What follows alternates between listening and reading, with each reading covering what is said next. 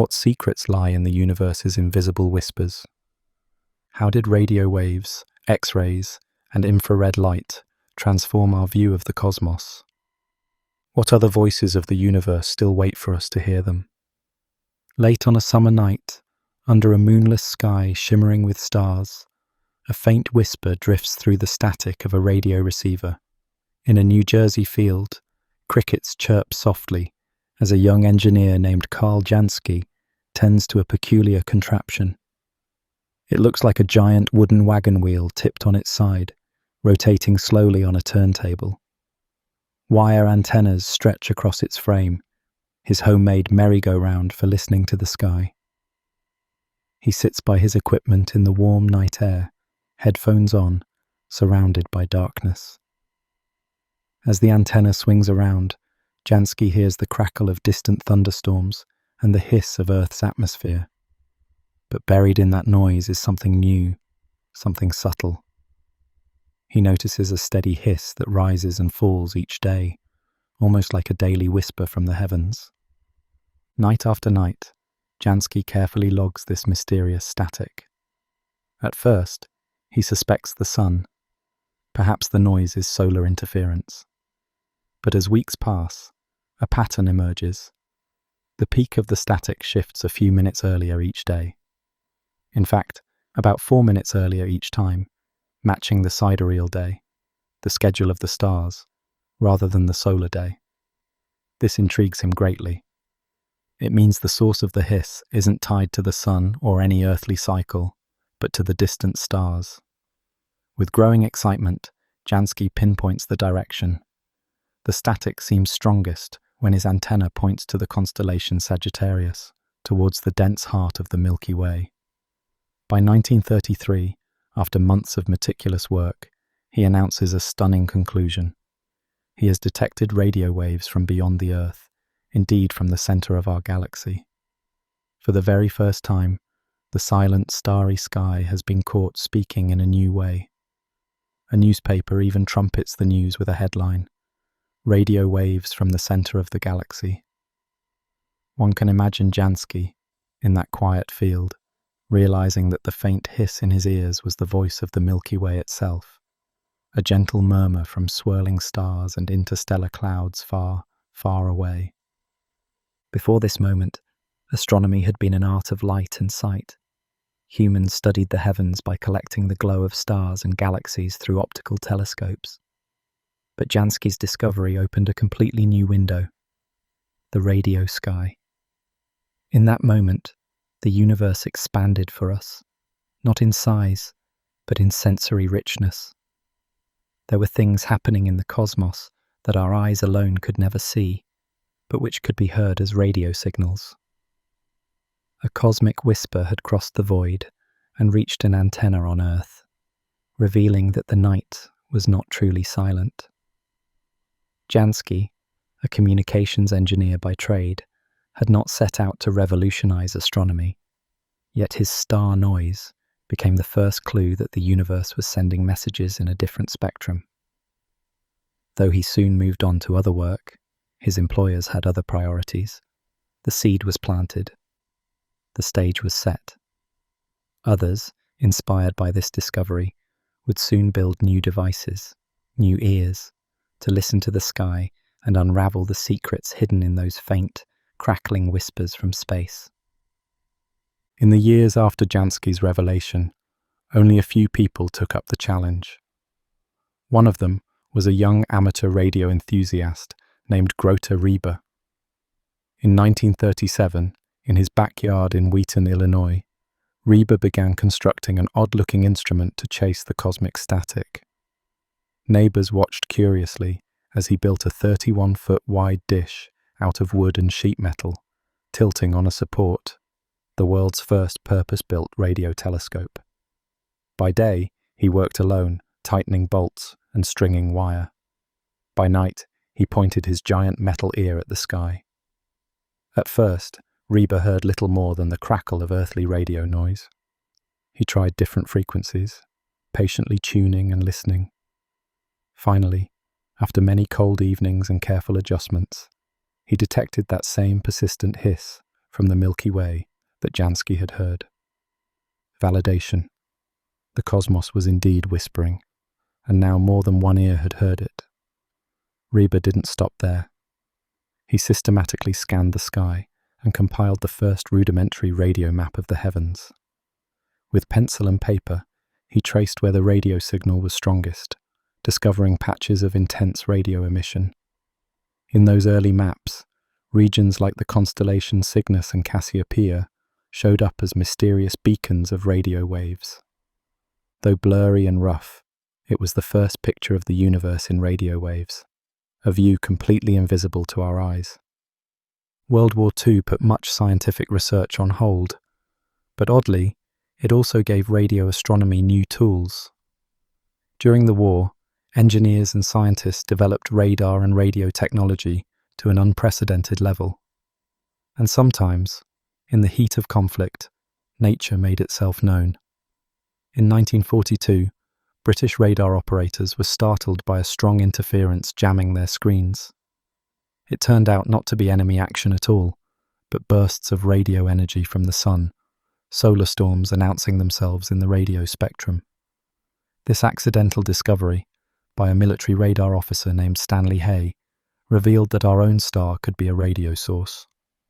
The sun, which had seemed so constant to our eyes, was crackling with flares and bursts that radio antennas could detect.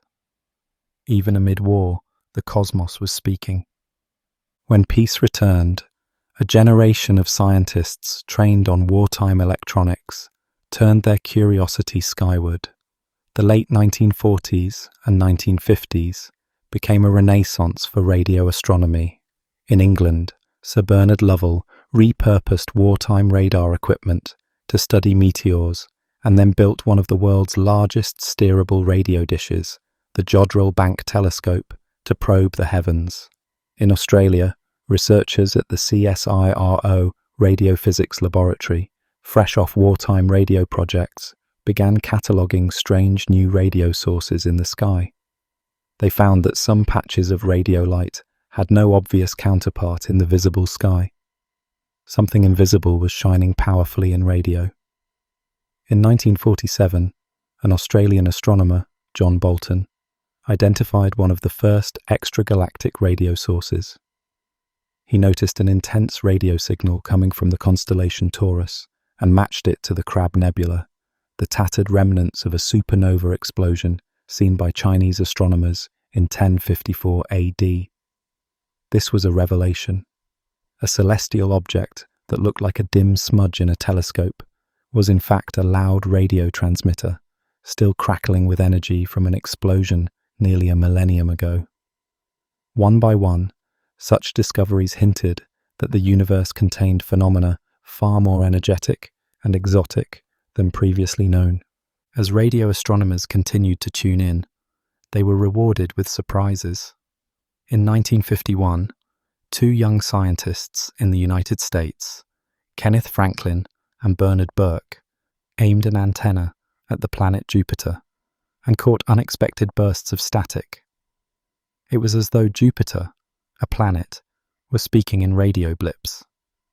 Indeed, they had discovered that Jupiter emits radio waves, produced by charged particles dancing in its powerful magnetic field and interacting with its moon Io. The giant planet was effectively broadcasting natural radio signals, sometimes as whistling and popping sounds. For the first time, a planet other than Earth was heard on radio, a reminder that not only stars and nebulae, but even planets, have their own voices if one listens closely. By the late 1950s and early 1960s, radio astronomy had fully emerged as a new branch of astronomy. Telescopes grew larger and more sophisticated. No longer just backyard projects, massive radio dishes were constructed around the world.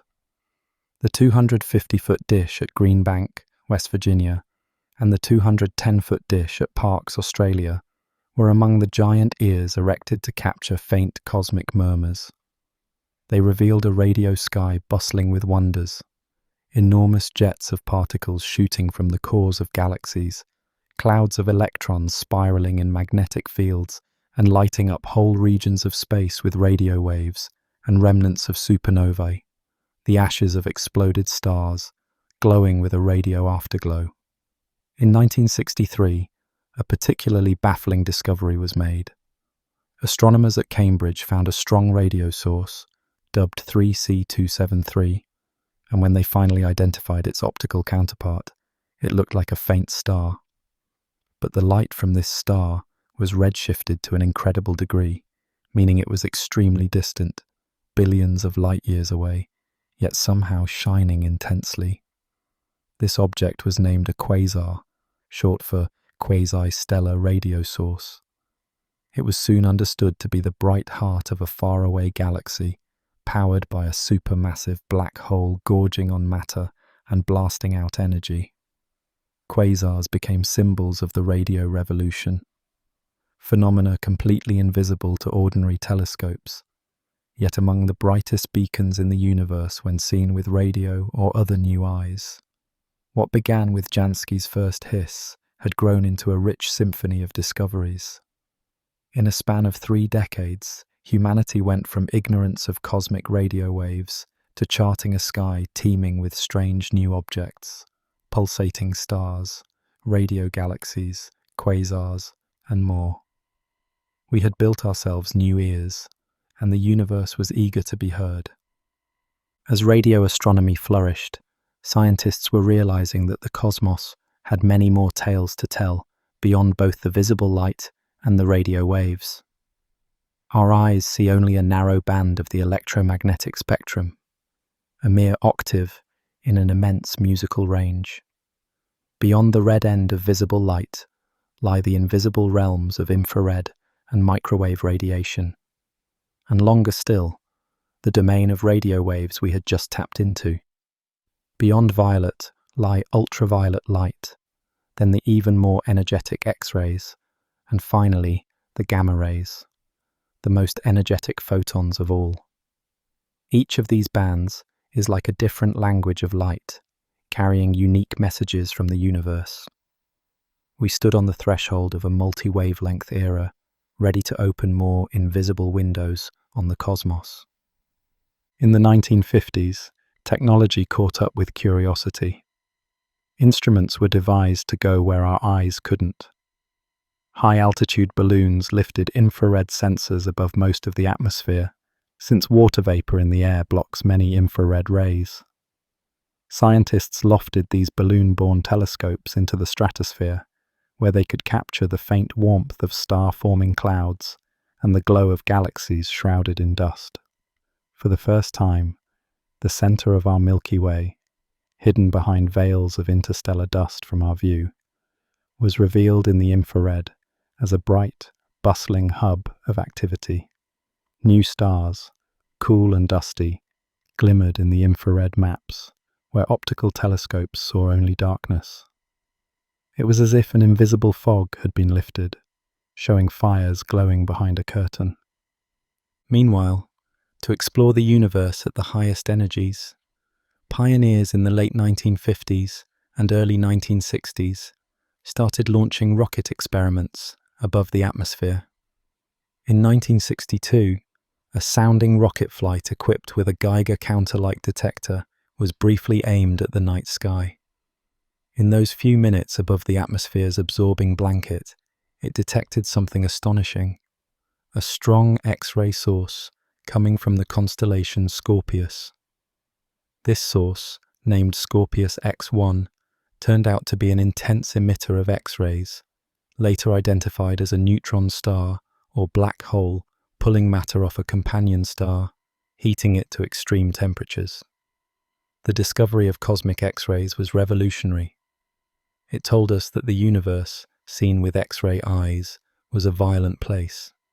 Normal stars generally don't emit X-rays strongly, so whatever X-ray telescopes found had to be extraordinary, like matter being torn apart by gravity, or gas at millions of degrees, or shock waves from stellar explosions. Over the next few years, more X-ray sources were discovered, including the long-sought X-rays from our Sun, and a diffuse X-ray glow from hot gas permeating space. Each detection was like hearing a new instrument in what we thought was a silent part of the cosmic orchestra. Not to be outdone, the gamma-ray part of the spectrum held its own surprises. In the 1960s, during the height of Cold War tensions, the United States launched the Vela satellites to monitor compliance with nuclear test ban treaties. Their job was to pick up gamma-ray flashes from nuclear explosions on Earth. They did not record any nukes, but they did find something unexpected. Brief, intense bursts of gamma rays coming from outer space.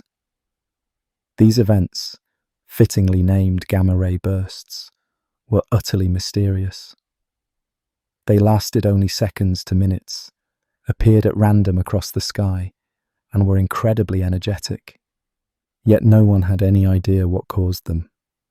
For decades, gamma-ray bursts remained one of astronomy's greatest unsolved puzzles.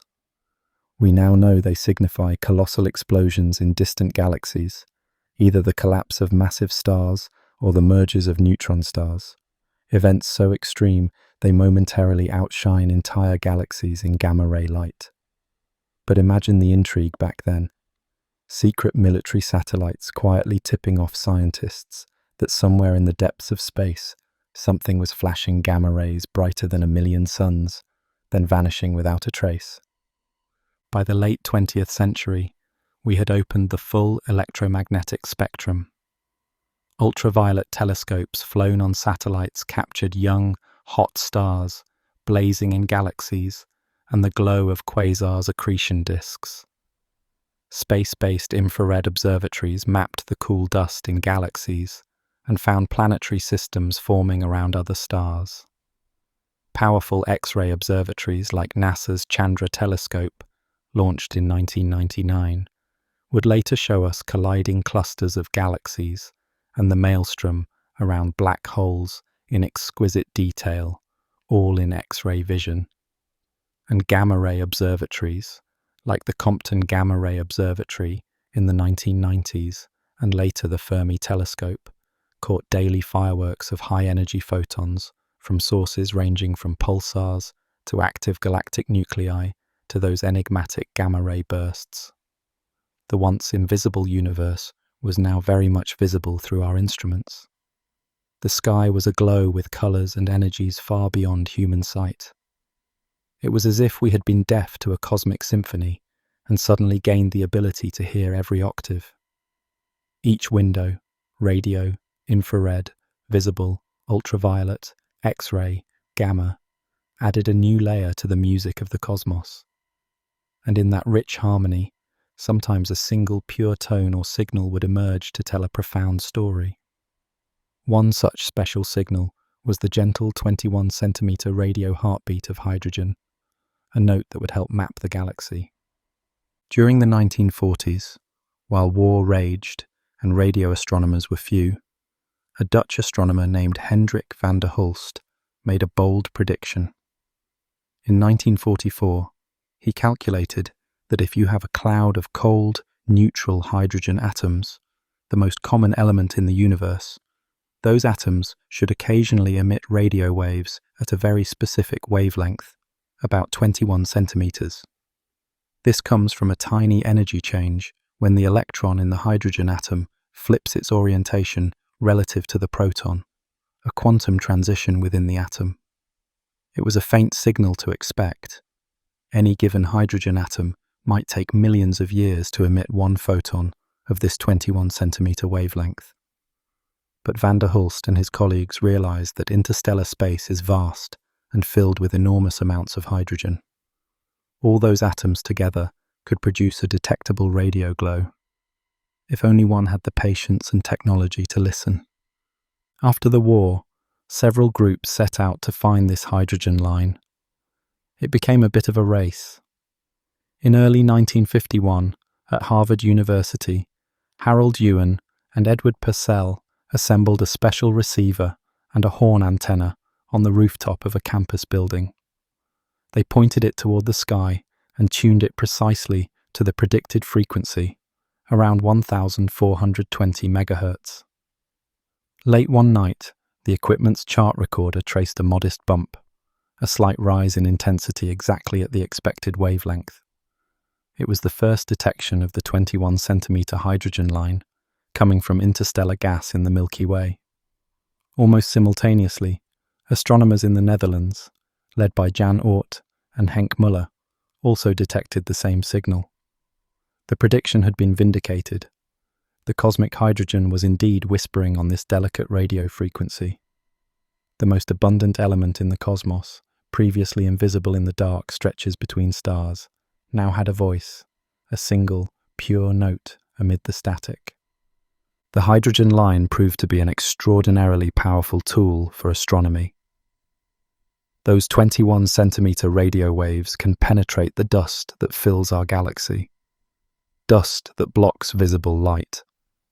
So, using this signal, astronomers could, for the first time, systematically map the structure of the Milky Way from within. They set their radio telescopes to listen at 1420 megahertz and swept them across the sky, carefully measuring the slight Doppler shifts in the hydrogen line from place to place. Each gas cloud moving toward us or away from us would have its hydrogen frequency shifted a tiny bit higher or lower, like a change in pitch. By mapping these shifts, scientists could chart the rotation of the galaxy. A grand picture emerged. Rather than a simple disk, the Milky Way has spiral arms, and the hydrogen traced them out even on the far side of the galactic center, where optical view was impossible. Night after night, as the data poured in, a spiral map of our galaxy took shape, our cosmic home revealed by the soft glow of its hydrogen atoms.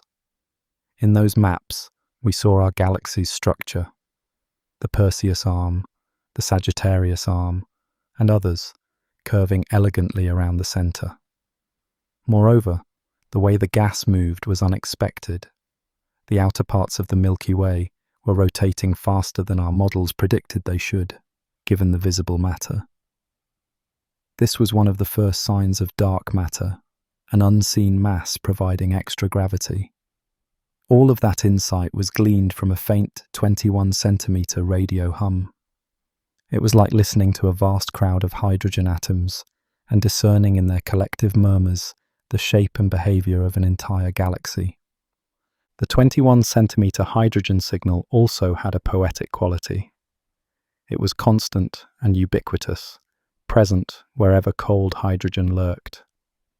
In some sense, it was a heartbeat of the galaxy, slow and steady, heard in every direction, a bass tone underlying the more dramatic events. Tuning into that frequency anywhere in the Milky Way, one could detect the presence of diffuse gas that connects stars and fills the space between them. Astronomers soon used the hydrogen line to map other galaxies as well, detecting spinning pinwheels of hydrogen tens of millions of light years away, each with its own whirling pattern and hidden mass. What began as a theoretical prediction ended up not only confirming our ideas, but expanding them, giving us a key to unlock the structure and dynamics of galaxies. The cosmic heartbeat at 21 centimeters became a fundamental part of the astronomer's toolkit, a calm, steady beacon by which to navigate and chart the island universes beyond our own. Even as the hydrogen line was being explored in the 1950s, another unexpected signal was waiting to be discovered, one that would, at first, stir speculation about extraterrestrial life, only to reveal something perhaps even more profound about the nature of stars. Fast forward to a crisp autumn night in 1967 at the Mullard Radio Observatory in Cambridge, England. A young graduate student named Jocelyn Bell is overseeing a vast field of antennas, an array spread across acres built to monitor the sky for the twinkling of distant quasars. Her job involves analyzing endless rolls of chart paper where the radio telescope's data is recorded as wiggly lines. It is painstaking, routine work. Yet Jocelyn is diligent and sharp-eyed. One day, she notices a tiny but unusually regular blip in the data, a bit of scruff, as she calls it, that repeats every few centimeters on the chart paper. The timing is incredibly precise. She measures the interval between peaks, about 1.33 seconds. This is not noise, she realizes. This is a periodic signal from somewhere in space. Puzzled, Jocelyn double-checks everything. Could it be interference from a human source, like a radar or a passing satellite? The blip is so regular, so unerringly steady, it almost seems artificial. The source, however, appears fixed in the sky, rising and setting each day as Earth rotates, just like a distant star would. She and her advisor, Anthony Hewish, temporarily nickname the source LGM1, tongue-in-cheek shorthand for Little Green Men 1, acknowledging with a bit of humour the wild notion that perhaps aliens might be responsible. They don't truly believe it, but they are at a loss for an explanation at first. Nature, as far as they know, doesn't usually make radio signals that click on and off with such metronomic precision. As they investigate, within weeks, Jocelyn finds a second pulsing source in a different part of the sky, then a third. Clearly, whatever these signals are, they're not unique to one location, and the alien beacon hypothesis fades away. Instead, scientists begin to piece together an explanation that, astonishingly, had been anticipated in theory. These signals come from rapidly spinning neutron stars. A neutron star is the collapsed core left behind when a massive star explodes as a supernova. Take a star perhaps larger than the Sun, crush it under gravity after its death, and you get a ball only a dozen miles across, denser than anything on Earth, composed mostly of neutrons. Such an object is like a giant atomic nucleus, incredibly heavy. A teaspoon of neutron star material would weigh billions of tons. And if the star was spinning, as stars often do, the collapse makes it spin faster, much faster, like a skater pulling in their arms. A neutron star can spin many times per second. If it has a strong magnetic field, it will emit beams of electromagnetic radiation from its magnetic poles. The neutron star becomes a cosmic lighthouse. As it spins, its beams sweep through space. If one of those beams crosses Earth, we see a flash of radio energy at each rotation. This is exactly what Jocelyn Bell had found. A pulsar, the term given to these pulsating radio sources. The first one she discovered spins about once every 1.33 seconds. Soon an even faster one was found, rotating dozens of times per second. Each pulsar produces an eerily regular series of pulses, tick, tick, tick, as reliable as the ticking of a clock. The regularity was so impressive that once they understood the source, astronomers realized these could be used as timekeeping tools or navigation beacons. Here were natural clocks scattered throughout the galaxy, far more precise than the blinking of any known star. The discovery of pulsars was a sensation. It earned a Nobel Prize, though controversially, Jocelyn was not included in that prize, which went to her advisor. More importantly, it provided concrete evidence of neutron stars, objects that until then were purely theoretical. Suddenly, the universe felt even more exotic. There were hyperdense stars only the size of a city, spinning insanely fast all around us. And we only knew of them because we could hear their beams sweeping past us in radio waves. Astronomers eventually identified the pulsar at the heart of the Crab Nebula, the supernova remnant Bolton had linked to a radio source earlier. The Crab pulsar spins about 30 times a second, its beam flashing like a heartbeat in the center of that cloud of debris. Later, even millisecond pulsars were found, astonishing stars spinning hundreds of times per second, the fastest whirling remnants imaginable. Some kept spinning by siphoning energy from companion stars. The little green men were nowhere to be found, but no one was disappointed. The reality of pulsars was far more interesting and opened new realms of physics.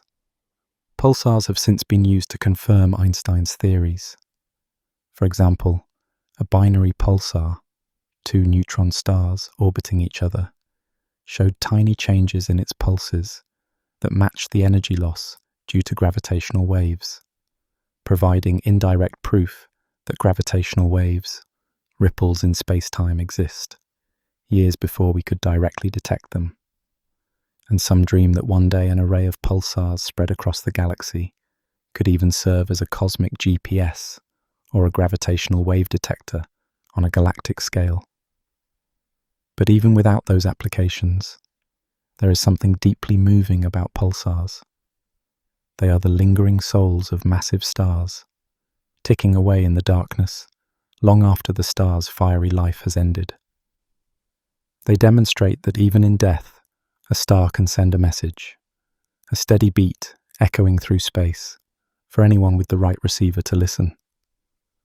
While radio astronomers were reveling in pulsars and hydrogen maps in the 1960s, another group of scientists stumbled upon a cosmic signal of even grander significance, one that spoke of the origin of the universe itself. It arrived not as a sharp pulse or a specific frequency, but as an omnipresent background hum, a faint whisper that fills all of space.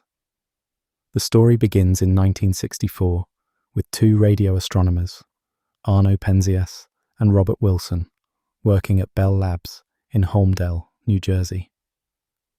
They had a big, awkward-looking horn antenna, originally built for satellite communication experiments. Penzias and Wilson were using it to make meticulous measurements of radio emissions from our galaxy.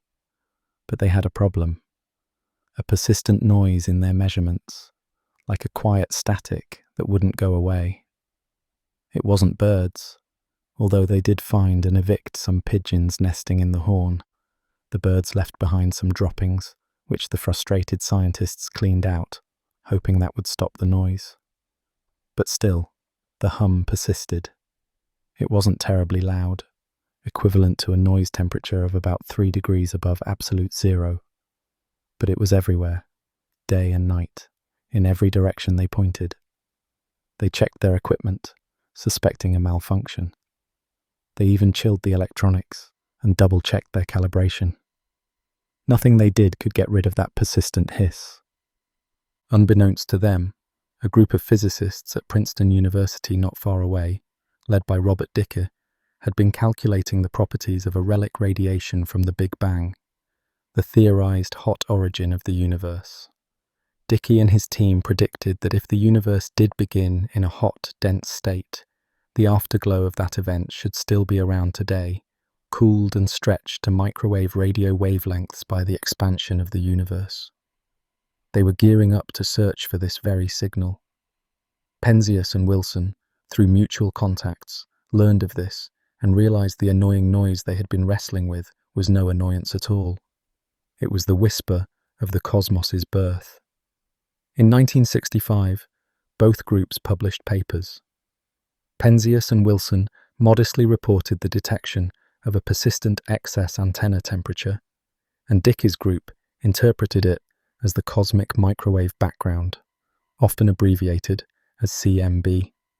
When Dicke heard of Penzias and Wilson's findings, he reportedly said, "Well, boys, we've been scooped," understanding immediately the magnitude of what had been found. The cosmic microwave background is nothing less than the leftover light from the hot Big Bang, now cooled to just a few degrees above absolute zero, at the time when the universe was only about 380,000 years old, extremely young compared to its current age of roughly 13.8 billion years. It was a hot, dense plasma of particles and radiant energy.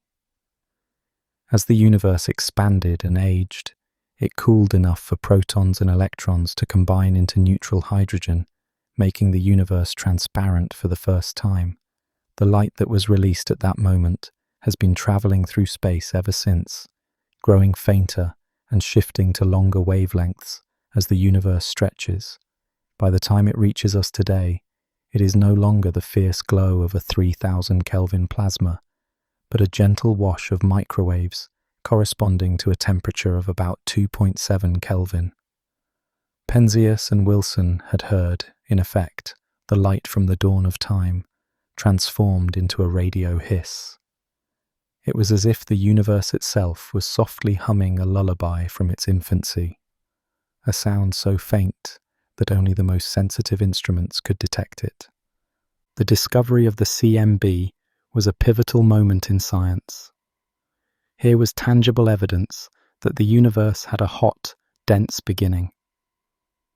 The steady hiss from all around confirmed that in every direction, if you look far enough, you see the afterglow of creation.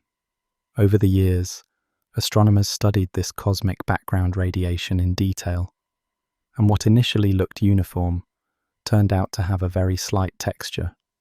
In 1992, the COBE satellite detected minute variations, on the order of 1 part in 100,000, in the temperature of the CMB across the sky. These tiny ripples were later mapped with astounding precision by the WMAP and Planck space observatories. They revealed a speckled pattern, like a baby's face full of faint freckles. Those freckles represented slight differences in density in the early universe, the seeds from which galaxies and clusters of galaxies grew over billions of years. The CMB maps are often called the baby picture of the universe. By studying them, we learned about the universe's composition, how much matter, how much dark matter, how much dark energy, and its geometry and eventual fate. It's amazing to think that all this information came from listening to a whisper that Penzias and Wilson at first found more a nuisance than a revelation. Today, when you tune an old analog TV between channels and see a bit of static on the screen, a small fraction of that is actually the glow of the Big Bang, still arriving at Earth and triggering your antenna. The cosmic microwave background is the ultimate background signal, the sound of the universe settling into its vast expansion, a gentle noise that reminds us of our common origin. To Penzias and Wilson in 1964, climbing into the mouth of their big horn antenna and scratching their heads, the idea that they were hearing the birth cry of the cosmos may have seemed unbelievable. But that's exactly what it was. Once the realization dawned, a profound sense of validation spread through the scientific community. The Big Bang theory had its smoking gun, and it was the faintest of hums present all around us. With the cosmic microwave background's discovery, it seemed the cosmos had spoken in full. From the dramatic signals of pulsars and quasars to the subtle hiss of the Big Bang's echo. But as our capabilities grew, we also became acutely aware of how much noise from Earth could get in the way, and how easily one could be fooled by signals closer to home. The more we opened our ears to the universe, the more careful we had to be to distinguish cosmic whispers from terrestrial clamour. Modern radio telescopes are incredibly sensitive. They can pick up signals billions of times weaker than the broadcasts of a common radio station. With such sensitivity, even a phone 100 miles away or a malfunctioning electric circuit can masquerade as a false cosmic signal. Astronomers learned this the hard way through a number of memorable incidents. One amusing example occurred at the Parkes Observatory in Australia, a large radio dish that was, in the early 2000s, detecting brief, puzzling radio bursts. These bursts were very short, just a few milliseconds, and they appeared only occasionally. They weren't coming from any known pulsar or galaxy. They seemed random. For a while, the astronomers wondered if they had stumbled on a new astrophysical phenomenon. The signals were nicknamed peritons, and they were a real enigma. That is, until someone noticed a pattern. The bursts tended to occur during the daytime, often around lunchtime. With a bit more sleuthing, the culprit was revealed: the observatory's kitchen microwave oven. Whenever someone impatiently opened the microwave door to grab their lunch before the timer dinged, the microwave's magnetron would release a sharp pulse of radio energy. The Parkes telescope, with its ultra-sensitive ears, dutifully picked it up. It was a hilarious and instructive revelation. The mysterious cosmic signals turned out to be the astronomers' own hot soup and sandwiches. Needless to say, microwave etiquette was swiftly revised at parks, and the cosmic search continued, a little wiser. Not all interference stories are humorous. Some are cautionary tales. Radio astronomers go to great lengths to find remote locations for their instruments, precisely to avoid human-made noise. In Green Bank, West Virginia, for instance, a radio quiet zone is enforced for miles around the giant Green Bank telescope. No cell phone towers, no Wi-Fi networks, not even a gas-powered car engine with its sparking plugs is welcome nearby. The little town near the telescope has no mobile phone service, and residents use landlines. It's as if one has stepped back in time. This is all to preserve the sublime silence necessary to catch whispers from the cosmos. Even a single electronic device close by could overwhelm the faint signals the telescope seeks. Similarly, other observatories sit in remote deserts or high plateaus, where the human population, and thus human radio interference, is minimal. Despite precautions, spurious signals do slip through. In the search for extraterrestrial intelligence, SETY, false alarms have occasionally raised hearts to pounding levels. One of the most famous occurred on August 15, 1977. The Big Ear radio telescope in Ohio was conducting a SETI survey, scanning the sky at the band near 1420 MHz, the hydrogen line frequency that some theorists thought an alien civilization might favor as a universal hailing channel. On that date, Big Ear recorded a booming signal, dozens of times stronger than the background noise. It lasted for the full 72 seconds that Big Ear's rotation kept that part of the sky in its view. Then it disappeared as the telescope moved on. When astronomer Jerry Amon reviewed the computer printout days later, he was so astonished by the intensity of the signal, logged as a special code, 6EQUJ5, that he scribbled, "Wow," in the margin. That exclamation became the signal's nickname, the WOW signal. Here was a signal that appeared exactly how one might imagine a deliberate extraterrestrial transmission, strong, narrowband, and at a frequency imbued with cosmic significance. It was right around the natural emission of hydrogen. Yet, despite numerous follow-up searches, the WOW signal was never detected again. It remains an unsolved mystery. Over the years, scientists have proposed possible explanations. Perhaps it was an unusual reflection of an Earth signal off space debris, or an undiscovered natural radio source that flared once, or even a harmonic from a passing comet's hydrogen cloud energized by the sun. None of these explanations has been confirmed, so the WOW signal sits in the annals of astronomy as a tantalizing maybe. It taught SETI researchers a valuable lesson. Without confirmation or repetition, even the most exciting signal can do little more than spark curiosity. Extraordinary claims demand extraordinary evidence, and nature can be deceptive. The law of mistaken signals extends back even to the earliest days of radio. Nikola Tesla, in 1899, while experimenting with a powerful transmitter in Colorado, reported picking up unusual repetitive signals. He speculated whether they might be attempts at communication from Mars. With hindsight, we suspect he was likely detecting natural radio emissions, perhaps distant lightning storms, or a phenomenon in Earth's magnetosphere, or conceivably a celestial source like a pulsating star, though that last is more romantic speculation than established fact.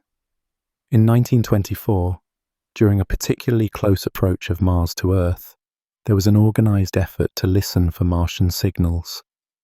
The US Navy asked radio stations nationwide to maintain periodic silence so that any faint signal from the direction of Mars could stand out.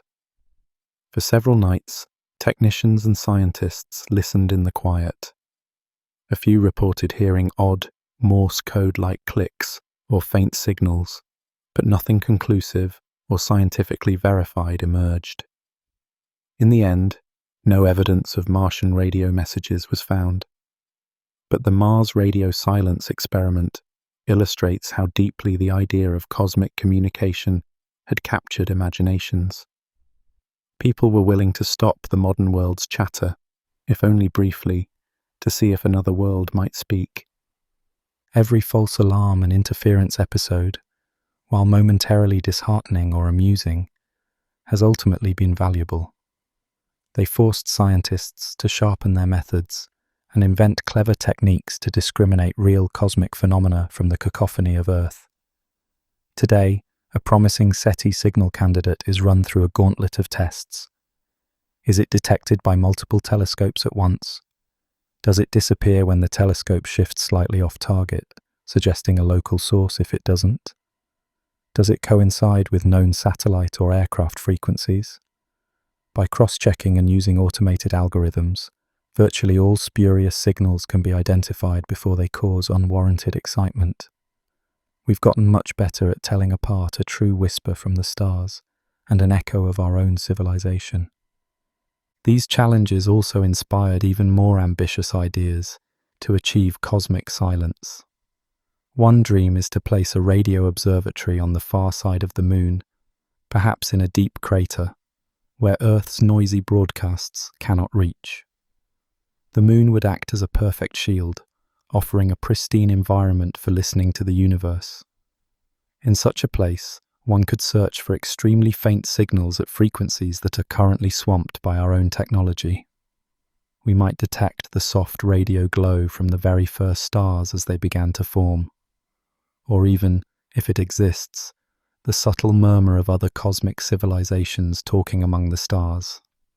For now, these are aspirations for the future, but they show how the pursuit of cosmic signals continually pushes us to reduce noise and improve our hearing. Having learned to separate earthly echoes from true cosmic voices, astronomers forged ahead to use the genuine signals to chart and understand the universe. The next great enterprise was mapping the entire sky through these signals, turning whispers into a cosmic map.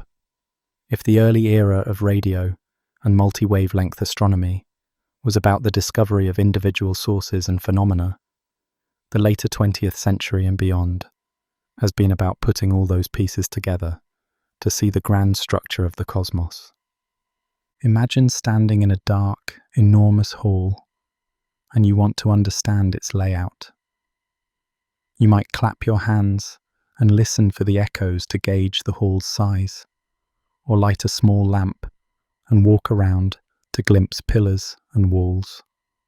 In a similar spirit, astronomers used different signals to illuminate the structure of the universe. They conducted all-sky surveys, systematic scans of the entire sky with a given instrument and wavelength, ensuring nothing was missed.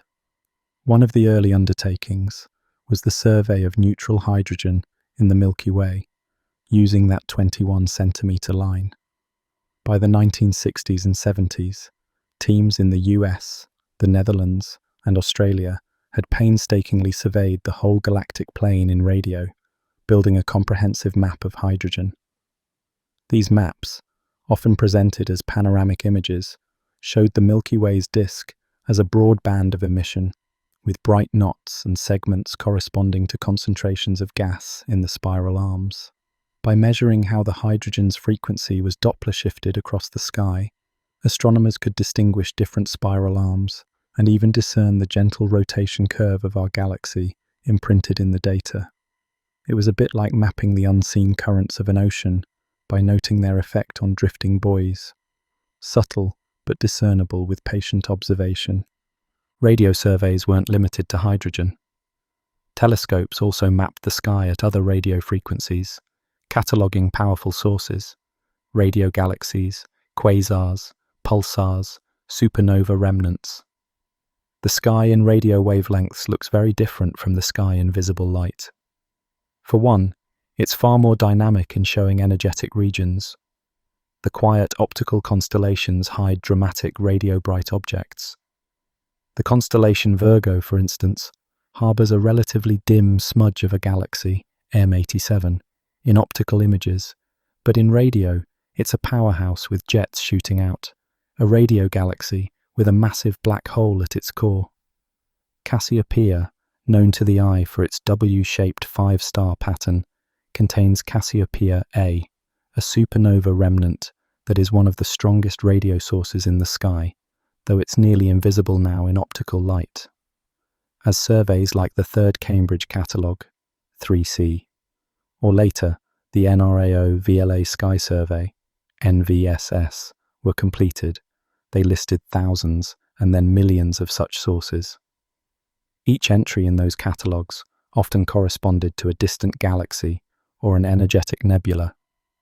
These were essentially maps dotted with points of interest, each point a story of some cosmic drama, a black hole accreting matter, or a star that exploded, or a cluster of galaxies releasing radio emission from charged particles moving in their magnetic fields. Parallel to radio surveys, infrared satellites like IRAS, launched in 1983, scanned the whole sky for the first time in infrared wavelengths. The IRAS All-Sky Map revealed the glow of dust in our own galaxy and beyond. It showed that the plane of the Milky Way is streaked with dark clouds in visible light because they are actually bright in infrared, full of warm dust and new stars hidden within. IRAS also uncovered dozens of previously unknown galaxies that shine in infrared, likely due to bursts of star formation or active nuclei cloaked in dust. The infrared sky looks like a rich tapestry, with the Milky Way a luminous band, and filaments of dust extending high above the galactic plane that were scarcely guessed at before. It was another layer of the cosmic map, one that highlights where heat, even if faint, is present. X-ray astronomy contributed its own all-sky survey in the 1990s with the ROSAT satellite. The ROSAT all-sky X-ray map is speckled with X-ray sources, over 100,000 of them. Some are neutron stars and black holes in our galaxy that had been invisible before. Others are active galaxies whose central black holes drive hot winds and coronae visible only in X-rays. And some are clusters of galaxies, huge clouds of gas heated to tens of millions of degrees as clusters form, glowing brightly in X-ray light. The X-ray map also revealed an extended glow across the sky from diffuse hot gas and the remnants of countless supernovae that enriched our galaxy. And on the largest scales, cosmic microwave background satellites like COBE, 1989, WMAP, 2001, and Planck, 2009, mapped the entire sky in the microwave band with ever-improving resolution. These all-sky maps don't show individual objects, but rather the slight variations in the CMB's temperature. To the untrained eye, they look like a random speckle pattern on an oval map of the sky. But encoded in that pattern is the blueprint of the universe when it was only a few 100,000 years old. The seeds of clusters, the trace of sound waves in the early plasma, and a wealth of information about the universe's age, composition, and development. It's often said that by mapping the CMB, we have essentially mapped the last scattering surface, a shell around us at 13.8 billion light-years in light travel distance, radius, beyond which we cannot see, because the universe was opaque before that time. It's like having a faint but all-encompassing shell of information surrounding us, marking the edge of the observable universe. Each new map, at each new wavelength, brought a fresh perspective and deeper insight. By overlaying these maps, radio, infrared, optical, ultraviolet, X-ray, gamma ray, and even maps of gravitational waves and neutrinos in recent years, we began to approach a truly holistic picture of the cosmos. In regions where one map shows nothing, another might reveal something spectacular.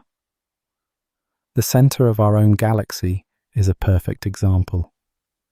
If you only had an optical map, you'd see a blank, obscured zone. On an infrared map, suddenly a bright nucleus of millions of stars appears. A radio map of the same region shows arcs and bubbles from past supernovae and a distinctive radio source, Sagittarius A star, at the very center, which we now know is our galaxy's central black hole. An X-ray map shows flares and an extended glow from multi-million degree gas. Each layer adds to the story. The radio layer might tell of magnetic structures and past explosions, the infrared of a densely packed star cluster, the X-ray of energetic phenomena near the black hole. By combining our sight from all these, we start to sense the full grandeur and complexity of what's happening there. All sky surveys and cosmic cartography efforts have also allowed us to step back and see the large-scale architecture of the universe. In visible light, surveys like the Sloan Digital Sky Survey mapped the 3D positions of millions of galaxies. When plotted, these reveal that galaxies are not sprinkled evenly through space. They form a vast cosmic web of filaments and sheets surrounding huge voids. This structure was hinted at by early radio galaxy surveys and quasar surveys as well, where clusters of radio sources indicated clusters of galaxies, and gaps in distributions hinted at large voids. Now we have maps that stretch billions of light years, showing the web-like pattern that the universe weaves. In a sense, by listening and looking in all these ways, we have drawn a map of everything, from the local neighborhood of stars, to the structure of our galaxy, to the layout of galaxies in clusters and superclusters, all the way to the imprints of the Big Bang at the edge of vision. It's an astounding achievement for a species that not long ago thought the stars were pinholes in a crystal sphere. Yet, for all we have mapped, the exploration is far from over. There are still blank spaces and new phenomena emerging at the frontiers of our charts. For instance, fast radio bursts, FRBS, those sudden millisecond blinks of radio energy from far outside our galaxy, remain only partially understood. We know some come from young magnetars, highly magnetized neutron stars, but others show odd patterns like repeating bursts or strange frequency sweeps that keep theorists busy. They've become a new kind of cosmic signal that we now map, with radio telescopes capturing dozens, then hundreds of FRBS and trying to pinpoint their origins in distant galaxies. In the coming years, new facilities like the Canadian Hydrogen Intensity Mapping Experiment, CHIME, and ultimately the Square Kilometre Array, SKA, will detect thousands of FRBS, perhaps even every day, building a map of where these mysterious flashes occur in the sky and how often. We're also on the cusp of a new type of cartography, with gravitational wave observatories. Since the first direct detection in 2015, dozens of gravitational wave events have been recorded, mostly mergers of black holes or neutron stars. Each event is located to a patch of sky and sometimes followed up with traditional telescopes if there's an electromagnetic counterpart, like a flash, of gamma rays or a glow of radioactive debris. In the future, as gravitational wave detectors improve and new ones come online, including possibly space-based detectors for lower frequency waves, we might map the universe in gravitational waves. Imagine an all-sky map not of light, but of the ripples in space-time produced by colliding black holes, holes over the history of the universe. From the first hiss that Jansky heard to the sophisticated all-sky maps of today, we have vastly expanded our awareness of the universe. What was once invisible and silent has become audible and visible to our instruments. The journey has been one of converting whispers into knowledge, static into star charts. We have learned that the universe, for all its grandeur, is accessible to us if we just develop the right tools and the patience to listen carefully. Yet, the more we chart and listen, the more new questions arise at the edges of our maps.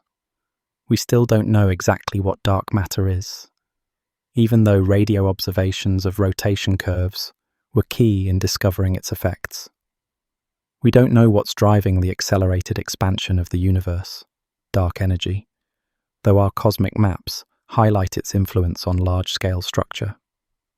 We wonder if somewhere in those maps, in some quiet corner of a galaxy's radio spectrum, or hidden in an optical image of an exoplanet's atmosphere, there might someday be a signal that is unmistakably artificial, a beacon from another intelligence.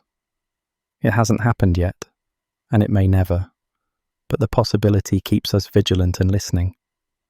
Now, as we reflect on this journey from a lone antenna in a field to a network of observatories on Earth and in space, we find ourselves at a threshold of new discovery.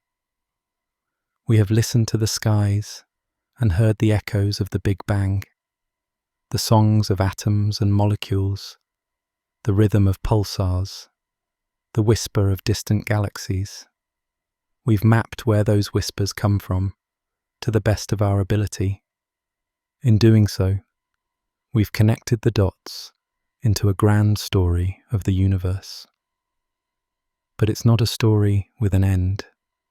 It's a story that continues to unfold with each new improvement in our sensing capabilities. Under the quiet canopy of stars tonight, it's humbling to realize how alive the night truly is with signals. The sky that once only offered light to our eyes now sings to us in a myriad of ways. There is a comforting thought in this cosmic music, a sense that we are not isolated in silence, but surrounded by a chorus of natural phenomena that have been playing for eons. It's as if the universe has been conducting a grand symphony, and only in the last century have we slowly taken our seats in the concert hall and pricked up our ears. As we continue our journey forward, we do so with anticipation. What new melodies from the void might we yet hear? Perhaps the gentle ripple of a star's light, dimming as a habitable planet passes in front of it, a hint of another Earth. Perhaps the faint buzz of a techno-signature, an engineered signal hiding in the static, or the ultra-low frequency waves from supermassive black holes merging in the hearts of distant galaxies, soon to be heard by specialized detectors. The possibilities expand as our tools and techniques improve. For now, we take a gentle breath and appreciate how far we've come. We remember that night in the early 1930s when Jansky first heard the Milky Way's whisper. We trace the timeline in our minds through the decades of discovery. Reba's lonely vigil, the excitement of identifying the first radio sources, the era of opening new spectral windows, the thrill of finding pulsars ticking away, the revelation of the cosmic microwave background, the sobering and funny lessons of interference, and the grand enterprise of mapping it all. It's like a tapestry woven with threads of different colors, each discovery a bright thread in the story of our engagement with the cosmos. In this calm moment, it's also worth reflecting on the human element, the patience, curiosity, and ingenuity that made it possible to hear these cosmic echoes. Generations of women and men spent long nights at controls, wrote down numbers by hand, plotted graphs, argued theories, built instruments from scrap metal or cutting-edge tech, all to listen better. There is something peaceful and affirming in that collective effort across time and continents, all aimed at simply understanding the universe's story. Our voyage through the sky's mysterious signals is ongoing. This is not a final chapter, but a pause in a continuing narrative. We will keep building bigger ears, launching new observatories, dreaming up new ways to tune in. Each time we do, the universe surprises us with something new or deeper. In the great silence of space, there are yet melodies we haven't heard. And so, as we end this part of our journey, we do so on a note of quiet wonder and eager expectation. We've learned the sky is far from silent. It's alive with the echoes of creation and the voices of cosmic phenomena. As you drift to sleep under the stars, or with the memory of them in your mind, imagine all those signals sleeting down around you. The hiss of the galaxy's radio waves, the gentle warmth of infrared starlight on your face, the cool microwave whisper from the Big Bang filling the air, the faint pulses of distant pulsars ticking in the background. It's a cosmic lullaby that has been going on since the beginning of time, and only now have we become aware of it. The night is calm. The universe's myriad voices blend into a soft harmony. We are part of this cosmic symphony, as listeners and as participants. Our own planet glows in radio waves from all our transmissions, a tiny new signal in the galaxy. The journey of listening continues, and who knows what final movement or grand chorus awaits. For now, we close our eyes, letting the knowledge of these faint, far-off signals reassure us that we are surrounded by the music of the spheres. The cosmos is speaking, and we are learning the language, slowly and calmly, one whisper at a time. Our voyage continues, and the stars will be there to guide us when we next open our ears to the echoes from the deep space night. In the silent aftermath of a star's death, something extraordinary emerges. When a massive star reaches the end of its life, it collapses under its own gravity and unleashes a titanic explosion known as a supernova. What's left behind is the star's core, crushed into an object so dense and compact it defies imagination. This remnant is called a neutron star, the small, enigmatic heart of a once mighty sun. A neutron star is barely the size of a city, yet it packs more mass than our sun into that tiny sphere. Picture something only about 10 miles across, containing the weight of 1 or 2 suns. Its density is beyond comprehension. A single teaspoon of neutron star material would weigh billions of tons, more than a mountain. If you could somehow hold a fragment the size of a sugar cube, it would outweigh entire mountain ranges on Earth. Gravity on a neutron star's surface is almost unfathomable. It's about 100 billion times stronger than Earth's gravity. If you could stand on such a star, which is impossible with any known technology, you would feel billions of times heavier than normal. A person who weighs 70 kilograms on Earth would effectively weigh trillions of kilograms there, a crushing burden no structure could withstand. Even a tiny pebble dropped from just shoulder height would slam into the surface at millions of kilometers per hour, releasing the energy of a large bomb on impact. Nothing familiar to us could survive this powerful gravitational force. Inside a neutron star, matter exists in an exotic form, unlike anything on Earth. In these crushed suns, the very concept of a normal atom breaks down. Electrons are forced to merge with protons, transforming into neutrons and tiny particles called neutrinos. The neutrinos escape during the supernova. What remains is matter composed almost entirely of neutrons, hence the name neutron star. It's as though the cores of countless atoms have fused into one colossal mass. You can imagine a neutron star as a single giant atomic nucleus stretching a dozen miles wide. This nucleus isn't made of individual atoms with empty space between. It's a solid crowd of neutrons packed shoulder to shoulder. This extreme object likely has distinct layers, though none resemble the layers of a normal planet or star.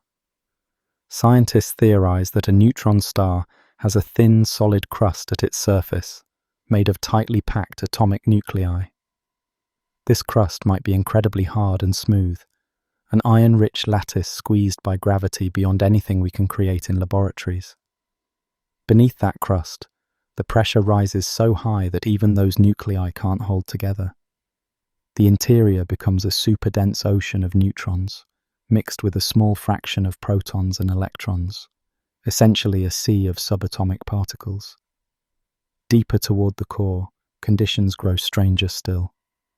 The pressure and density may become so immense that even neutrons, which are themselves made of smaller quarks, begin to break apart.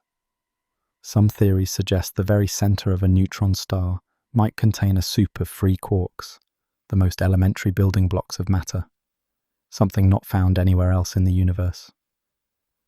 In essence, a neutron star is a cosmic laboratory where matter exists in states beyond our everyday understanding. The birth of a neutron star brings other dramatic changes as well. As the giant star's core collapses into a tiny sphere, it spins faster and faster, much like a figure skater pulling in her arms to spin at dizzying speed. A newborn neutron star can rotate many times per second. In addition, the star's magnetic field, which was already present in the original star, gets intensely concentrated and amplified during collapse. What might have been a moderate magnetic field around a normal star becomes an enormous magnetic field around the neutron star, trillions of times stronger than Earth's field. These rapid spins and powerful magnetic fields set the stage for some neutron stars to become cosmic beacons. The environment around a neutron star is extreme and hostile. The magnetic field can rip charged particles from the surface and whip them into beams, moving near the speed of light. Space itself is curved sharply by the neutron star's gravity. Time runs ever so slightly slower near the star's surface compared to far away, a subtle effect of Einstein's relativity in this intense gravitational field. A neutron star may appear as a faint, dark object if seen up close, perhaps with a residual glow from its hot surface or from energy released by its magnetic activity. In the vacuum of space, this tiny remnant of a star sits as an almost ghostly presence, an object of incredible density and power, yet only kilometers across, casting a faint light amid the darkness. As extreme as neutron stars are, they may be surprisingly common in our galaxy. Over billions of years, countless massive stars have lived and died in the Milky Way, leaving behind neutron stars scattered among the stellar population. Astronomers suspect that tens of millions of these cold, dark stellar corpses wander the galaxy. We detect only a small fraction of them, mostly those that make themselves known through emissions like pulses of radio waves or X-rays. Most neutron stars are likely quiet and invisible, drifting through space unseen, except for the subtle pull of their gravity. They are hidden embers of past stars, scattered like cosmic ashes across the galaxy. Yet neutron stars are not all silent. Some of them announce their presence in the cosmos with a steady, rhythmic signal. These flashing stellar remnants, known as pulsars, serve as cosmic lighthouses in the darkness, beaming energy out into space at regular intervals. Our journey now turns to these pulsars, spinning neutron stars that blink and sing across the gulfs of space. Far out in the cosmic ocean, a tiny star corpse spins in the darkness, sending out regular flashes of radio energy. We call such an object a pulsar. A pulsar is a rapidly rotating neutron star with an intense magnetic field, tilted in such a way that it behaves like a celestial lighthouse. From the star's magnetic poles, twin beams of electromagnetic radiation stream out into space. As the neutron star spins, these beams sweep around. If one of those beams crosses Earth's line of sight, astronomers detect a brief pulse of radio waves, a flash that can repeat with exquisite regularity. Imagine standing on a distant shore at night, watching a lighthouse far across the water. You don't see a continuous light, only a brief flash each time the lighthouse's beam swings your way. In much the same manner, a pulsar's beam lights up when it points toward us. To our radio telescopes, the pulsar appears to blink on and off at a steady rate. The physics behind this cosmic lighthouse involves the star's furious rotation and magnetic might. The pulsar's magnetic field channels charged particles and accelerates them to high speeds, causing them to emit radiation, often radio waves, out along the magnetic poles. Because the magnetic poles are not aligned with the star's spin axis, the beams whip around as the star rotates.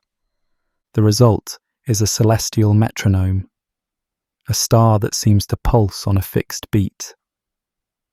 These beats can vary from one pulsar to another. Some pulsars spin relatively slowly, flashing once every second or two. Others spin faster, sending out multiple pulses each second. The fastest pulsars rotate hundreds of times per second, their flickering so rapid it blurs into a faint hum of signals. But whether slow or fast, each pulsar maintains a steady rhythm, like a cosmic clock ticking in the darkness. In fact, the very first pulsar ever detected in 1967 pulsed every 1.3 seconds, so regular that its discoverers half-jokingly nicknamed it LGM1 for Little Green Men, wondering if it could be an alien signal. It wasn't aliens at all, just a rapidly spinning neutron star keeping perfect time. The discoverer, a young astronomer named Jocelyn Bell, had stumbled upon a new kind of star that changed our view of the universe. This revelation, that a star's collapsed core could flash like a beacon, opened up an exciting new realm of astronomy. Not every neutron star becomes a pulsar that we can observe. It depends on how the star's beams are oriented and whether they sweep past Earth. A neutron star could be whirling in the void, flashing its beams into space without ever hitting our telescopes. Such a star would remain invisible to us.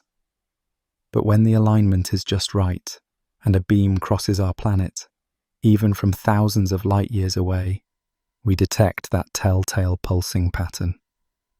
By tuning our radio antennas to the sky, we catch the pulsar's beat and make the invisible visible. Observing a pulsar is like witnessing a cosmic heartbeat. Over time, we can watch that heartbeat change, ever so slightly. Pulsars are not eternal.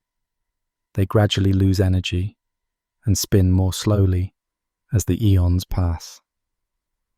A young pulsar might whirl dozens of times each second, but after millions of years, it will slow to a more sedate pace.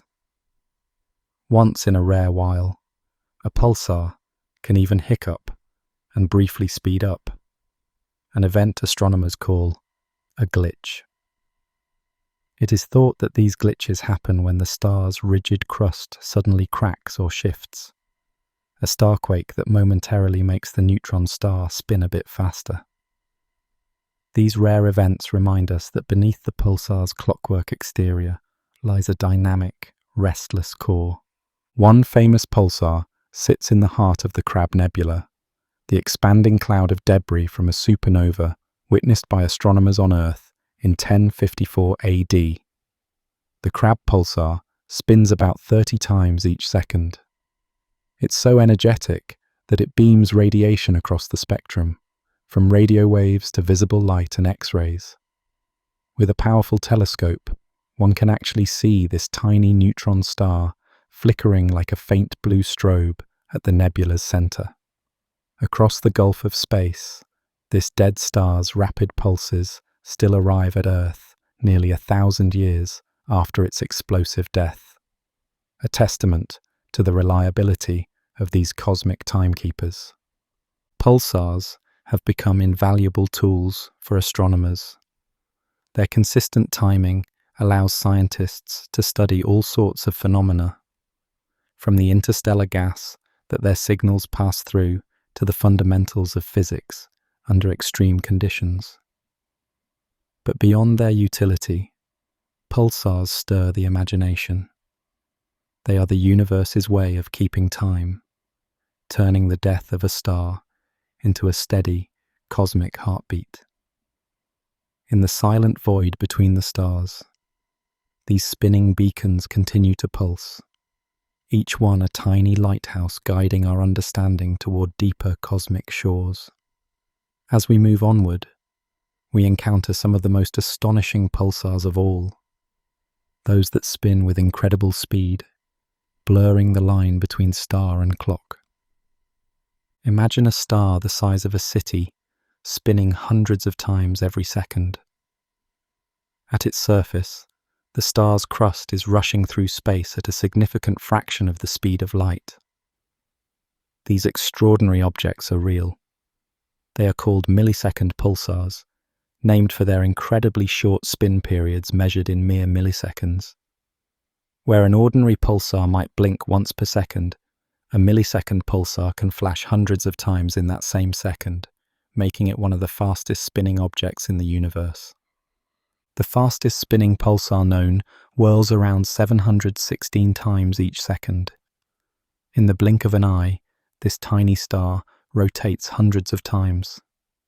Each full rotation takes only about 1.5 milliseconds, literally faster than the beat of a hummingbird's wing. At such a furious rate, the star's equator is moving at more than 1/5 of the speed of light. It defies intuition that something so massive, with more mass than our sun, can spin so rapidly and not fly apart. Only the neutron star's intense gravity and the strength of its super-dense matter hold it together in this extreme spin. How can a neutron star reach such astonishing speeds? The secret often lies in having a stellar dance partner. Many millisecond pulsars live in binary systems, paired with a normal star. Over time, the neutron star can siphon gas from its companion. As this gas spirals onto the neutron star, it transfers its momentum, giving the neutron star a push like a cosmic whirl on a merry-go-round. Slowly, over millions of years, the once slow neutron star is spun up faster and faster. In this way, an old slowing pulsar can be recycled into a millisecond pulsar, revived to phenomenal spin rates by the material from its companion. These extreme pulsars often bear signs of their dramatic origin. Some reside in dense clusters of ancient stars, where close encounters between stars make these cosmic recycling projects more common. Others have exotic relationships with their companions. In one striking example, a millisecond pulsar's blast of energetic particles is slowly evaporating its partner star. Astronomers nicknamed this system the Black Widow pulsar, after the spider that devours its mate. In such systems, the pulsar's radiation is so intense that it can strip material off the companion, gradually destroying it. It's a vivid illustration that even as these pulsars keep steady time, they can be anything but gentle to their surroundings. Despite their dramatic formation, millisecond pulsars are incredibly stable rotators. Once spinning at high speed, they act like precise clocks that hardly ever falter. Their pulses arrive with such regularity that astronomers can predict the timing months or years in advance. 1 millisecond pulsar has been observed to be so steady that it would lose only a second of accuracy over millions of years. This stability is astonishing. Imagine a kitchen blender spinning for eons without slowing or skipping a beat. Millisecond pulsars rival the precision of the best atomic clocks on Earth, making them some of the most reliable natural timekeepers known. Because of their precision, millisecond pulsars have become fundamental tools in testing the laws of physics. Tiny irregularities in their timing can reveal subtle effects, such as the influence of faint gravitational waves passing between us and the pulsar, or the presence of an unseen companion tugging on the star. By monitoring these pulsars, scientists can probe phenomena that would otherwise be undetectable. In essence, nature has handed us a fleet of celestial clocks spread across the galaxy, all ticking together and allowing us to measure the universe with exquisite sensitivity. Though these whirling neutron stars are the epitome of stability, not all cosmic beacons are so well behaved. The universe also harbors neutron stars that are prone to sudden, violent fits of energy. Where millisecond pulsars offer calm, steady ticking, these other cousins unleash chaotic storms of radiation. Our journey now shifts from the realm of precision and order to that of raw, magnetic fury, as we turn our attention to the mysterious magnetars lurking in the cosmic darkness. If neutron stars were mythic beings, the magnetar would be the tempestuous sorcerer among them. A magnetar is a neutron star with a magnetic field so intense it defies comprehension. While a typical pulsar's magnetic field is already enormous, a magnetar's field is another 1,000 times stronger still. In numbers, it reaches around 100 trillion Gauss or more. By comparison, Earth's magnetic field is a mere half a Gauss. Such power boggles the mind. A magnetar's field could erase credit card data on Earth from a distance of hundreds of thousands of miles. In a magnetar's vicinity, compass needles would whirl wildly, and atoms themselves would be stretched into strange shapes by the magnetic force.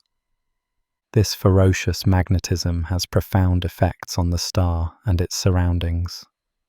The magnetic field penetrates the entire star, putting the crust under tremendous stress. Imagine the tension building up like tectonic plates, straining under pressure.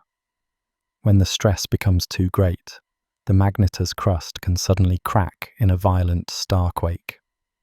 In an instant, the magnetic field reconfigures explosively, releasing a gargantuan burst of energy. In that moment, the quiet neutron star transforms into a cosmic flare gun, shooting out a blast of high-energy radiation across the cosmos.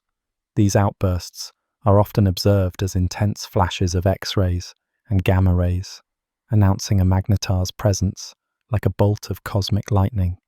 For a brief time during a magnetar flare, the energy output is mind-numbing. The December 2004 eruption of a magnetar on the far side of our galaxy is a striking example. Without warning, that magnetar released more energy in 1/10 of a second than our sun emits in 100,000 years. The burst of gamma rays raced across 50,000 light-years of space and slammed into Earth's atmosphere. It was so powerful that it ionized the upper atmosphere, briefly expanding the ionosphere as if jolted by a solar storm. Satellites recorded the blast, and for that instant, this distant magnetar outshone nearly every other source of gamma rays in the sky. Astronomers realized they had witnessed one of the most powerful explosions ever detected in our galaxy. Magnetar flares fade quickly, but the aftermath can be detected for days as the neutron star settles down from its cosmic tantrum. These giant flares are extremely rare events. Only a handful of magnetars are known to exist in the Milky Way, on the order of a few dozen at most, and only a few of those have been caught erupting in such spectacular fashion. Most of the time, magnetars are relatively quiet, emitting steadier X-rays or radio waves as they rotate once every few seconds. But they always hold the potential for sudden mayhem. The magnetic field of a magnetar also decays over time, and as it weakens over tens of thousands of years, the star's violent outbursts likely become less frequent. In cosmic terms, Magnetars live fast and furious, then gradually calm into more typical neutron stars after their magnetic energy has spent itself. The sheer intensity of magnetars makes us ponder the extremes of physical law. Their magnetic fields are the strongest ever observed in the universe. Normal intuition breaks down in such conditions. Materials and physics behave in exotic ways. Yet, despite their fearsome reputation, we have been fortunate. No magnetar is close enough to pose a direct threat to Earth. If one somehow were within a few light years, its outbursts could potentially damage our atmosphere. Thankfully, the nearest known magnetars are safely thousands of light years away, their storms only a distant spectacle. Having explored solitary neutron stars in both their calm and furious states, we now turn to another extraordinary setting, when two of these stellar remnants orbit together. In binary pairs, neutron stars engage in a gravitational dance, circling one another and warping space-time with their motions. These systems produce their own subtle signals, gentle chimes in the fabric of the universe. It is in these cosmic dances that we have found remarkable laboratories for testing gravity, as each orbit and pulse can be measured with extreme precision. The story of binary neutron stars is a tale of timing and gravity's rhythm, revealing profound truths about the forces that bind the cosmos. In a distant cosmic waltz, two neutron stars loop around each other in a tight orbit. Every few hours, one swings past the other, and in that motion lies a gentle cosmic chime. These binary neutron star systems are nature's gravitational dance halls, where gravity's effects become observable in exquisite detail. One of the neutron stars in such a pair is often a pulsar, flashing its beacon as it orbits. With each rotation around its companion, the timing of the pulsar's ticks shifts slightly, a result of the pulsar moving toward and away from us in its orbit. By tracking these slight changes, astronomers can map the orbital dance with incredible precision, hearing the rhythm of gravity at play. The first example of this phenomenon was discovered in 1974. Two astronomers, Russell Hulse and Joseph Taylor, found a pulsar that was in orbit with another neutron star. This binary pulsar system became a breakthrough for physics. As they observed it over years, they noticed something astounding. The orbit period was gradually getting shorter. Every year, the pulsar completed its orbit a tiny bit faster, by about 75 millionths of a second less than the year before. At first glance, this change is minuscule, but it was exactly what Einstein's theory of general relativity predicted.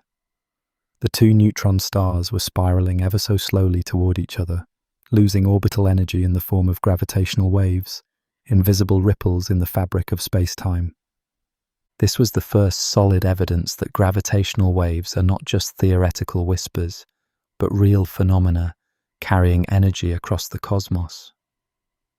The measurements matched the theory so perfectly that it left little doubt. As the neutron stars orbit, they send out faint gravitational radiation, and the orbit shrinks in response. The discovery earned Hulse and Taylor the Nobel Prize, but more importantly, it opened a new chapter in understanding gravity. We learned that even far beyond Earth, the basic predictions of relativity hold true, and we can witness them through the careful timing of a pulsar's blinks. Binary pulsars provide a unique laboratory for testing the limits of physics. In some cases, the effects of relativity in these systems are dramatic. The pulsar's path around its companion shifts slightly with each orbit. A relativistic precession similar to how Mercury's orbit precesses around the Sun, but far more pronounced in the intense gravity of neutron stars. The pulses we observe can also arrive later than expected when the pulsar is behind its companion, because the companion's gravity bends the radio waves and delays them, a phenomenon known as Shapiro delay. All these subtle effects, once purely the domain of thought experiments, are measured in binary pulsars with uncanny accuracy, every tick of the pulsar acting as a stopwatch for the drama of curved spacetime. One extraordinary binary system, discovered in 2003, contains not one, but two pulsars. This double pulsar system, with both neutron stars flashing, allowed scientists to double-check relativity in ways never before possible. Each pulsar's signal serves as a probe of the other's gravitational field. The result? Once again, Einstein's predictions held up. The timing of the dual pulses revealed that these stars were warping space-time exactly as theory foretold. From the gradual slowing of their orbits to the tiny energy losses through gravity waves, everything lined up with our equations. It's as if the universe set up a grand experiment eons ago, and only now are we able to read the results through these faint radio blips. What lies in the future for such pairs of neutron stars is a dramatic finale. Over millions of years, their dance will tighten until ultimately the two stars merge in a violent collision. When that happens, a surge of gravitational waves will ripple outwards, and a flash of high-energy light may signal the birth of something new, perhaps a black hole surrounded by the debris of the stars. In fact, in 2017, astronomers directly detected gravitational waves from just such a neutron star collision in a distant galaxy, followed by a burst of light, confirming these predictions spectacularly. But long before the final embrace, binary pulsars already enrich our knowledge, giving us a preview of cosmic events and a tool to test nature's most fundamental forces. The lessons learned from binary pulsars set the stage for an even grander cosmic symphony. If a single pulsar's timing can reveal the subtle pull of an orbiting companion, what might an entire array of pulsars across the galaxy tell us? By listening to dozens of these steady beat keepers at once, scientists are now able to detect the faint background hum of gravitational waves passing through our galactic neighborhood. This pulsar timing array acts like a galaxy-sized gravitational ear, tuned to the deep bass notes of the universe. Spread across the galaxy, dozens of pulsars beat out their steady rhythms like cosmic metronomes. Now, imagine using these scattered stellar clocks in unison to listen for the faintest tremors in space itself. This is the idea behind pulsar timing arrays, a grand experiment that turns the Milky Way into a giant gravitational wave detector. When a gravitational wave washes through our part of the galaxy, it ever so slightly stretches or compresses space. Pulsar beats arriving at Earth will shift by tiny fractions of a second, some coming a bit early, some a bit late, as the wave passes. By monitoring many pulsars at once, astronomers can discern a telltale pattern in these time shifts, revealing the presence of those cosmic ripples. These gravitational waves are not the quick bursts from collapsing stars that detectors like LIGO catch. Instead, they form a slow, persistent hum permeating the cosmos. They likely originate from enormously massive systems, for instance, pairs of supermassive black holes spiraling together in distant galaxies.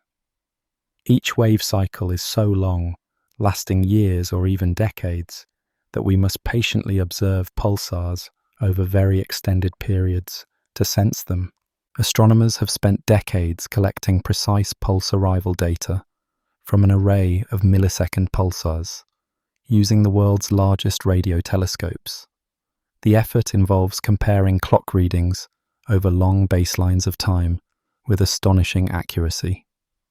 The precision needed is mind-boggling. The teams search for timing shifts of just tens of nanoseconds occurring over spans of many years. It's akin to noticing that a clock's tick has shifted by a tiny fraction of a heartbeat after a decade of continuous running. Yet with enough pulsars and enough data, the signal begins to emerge.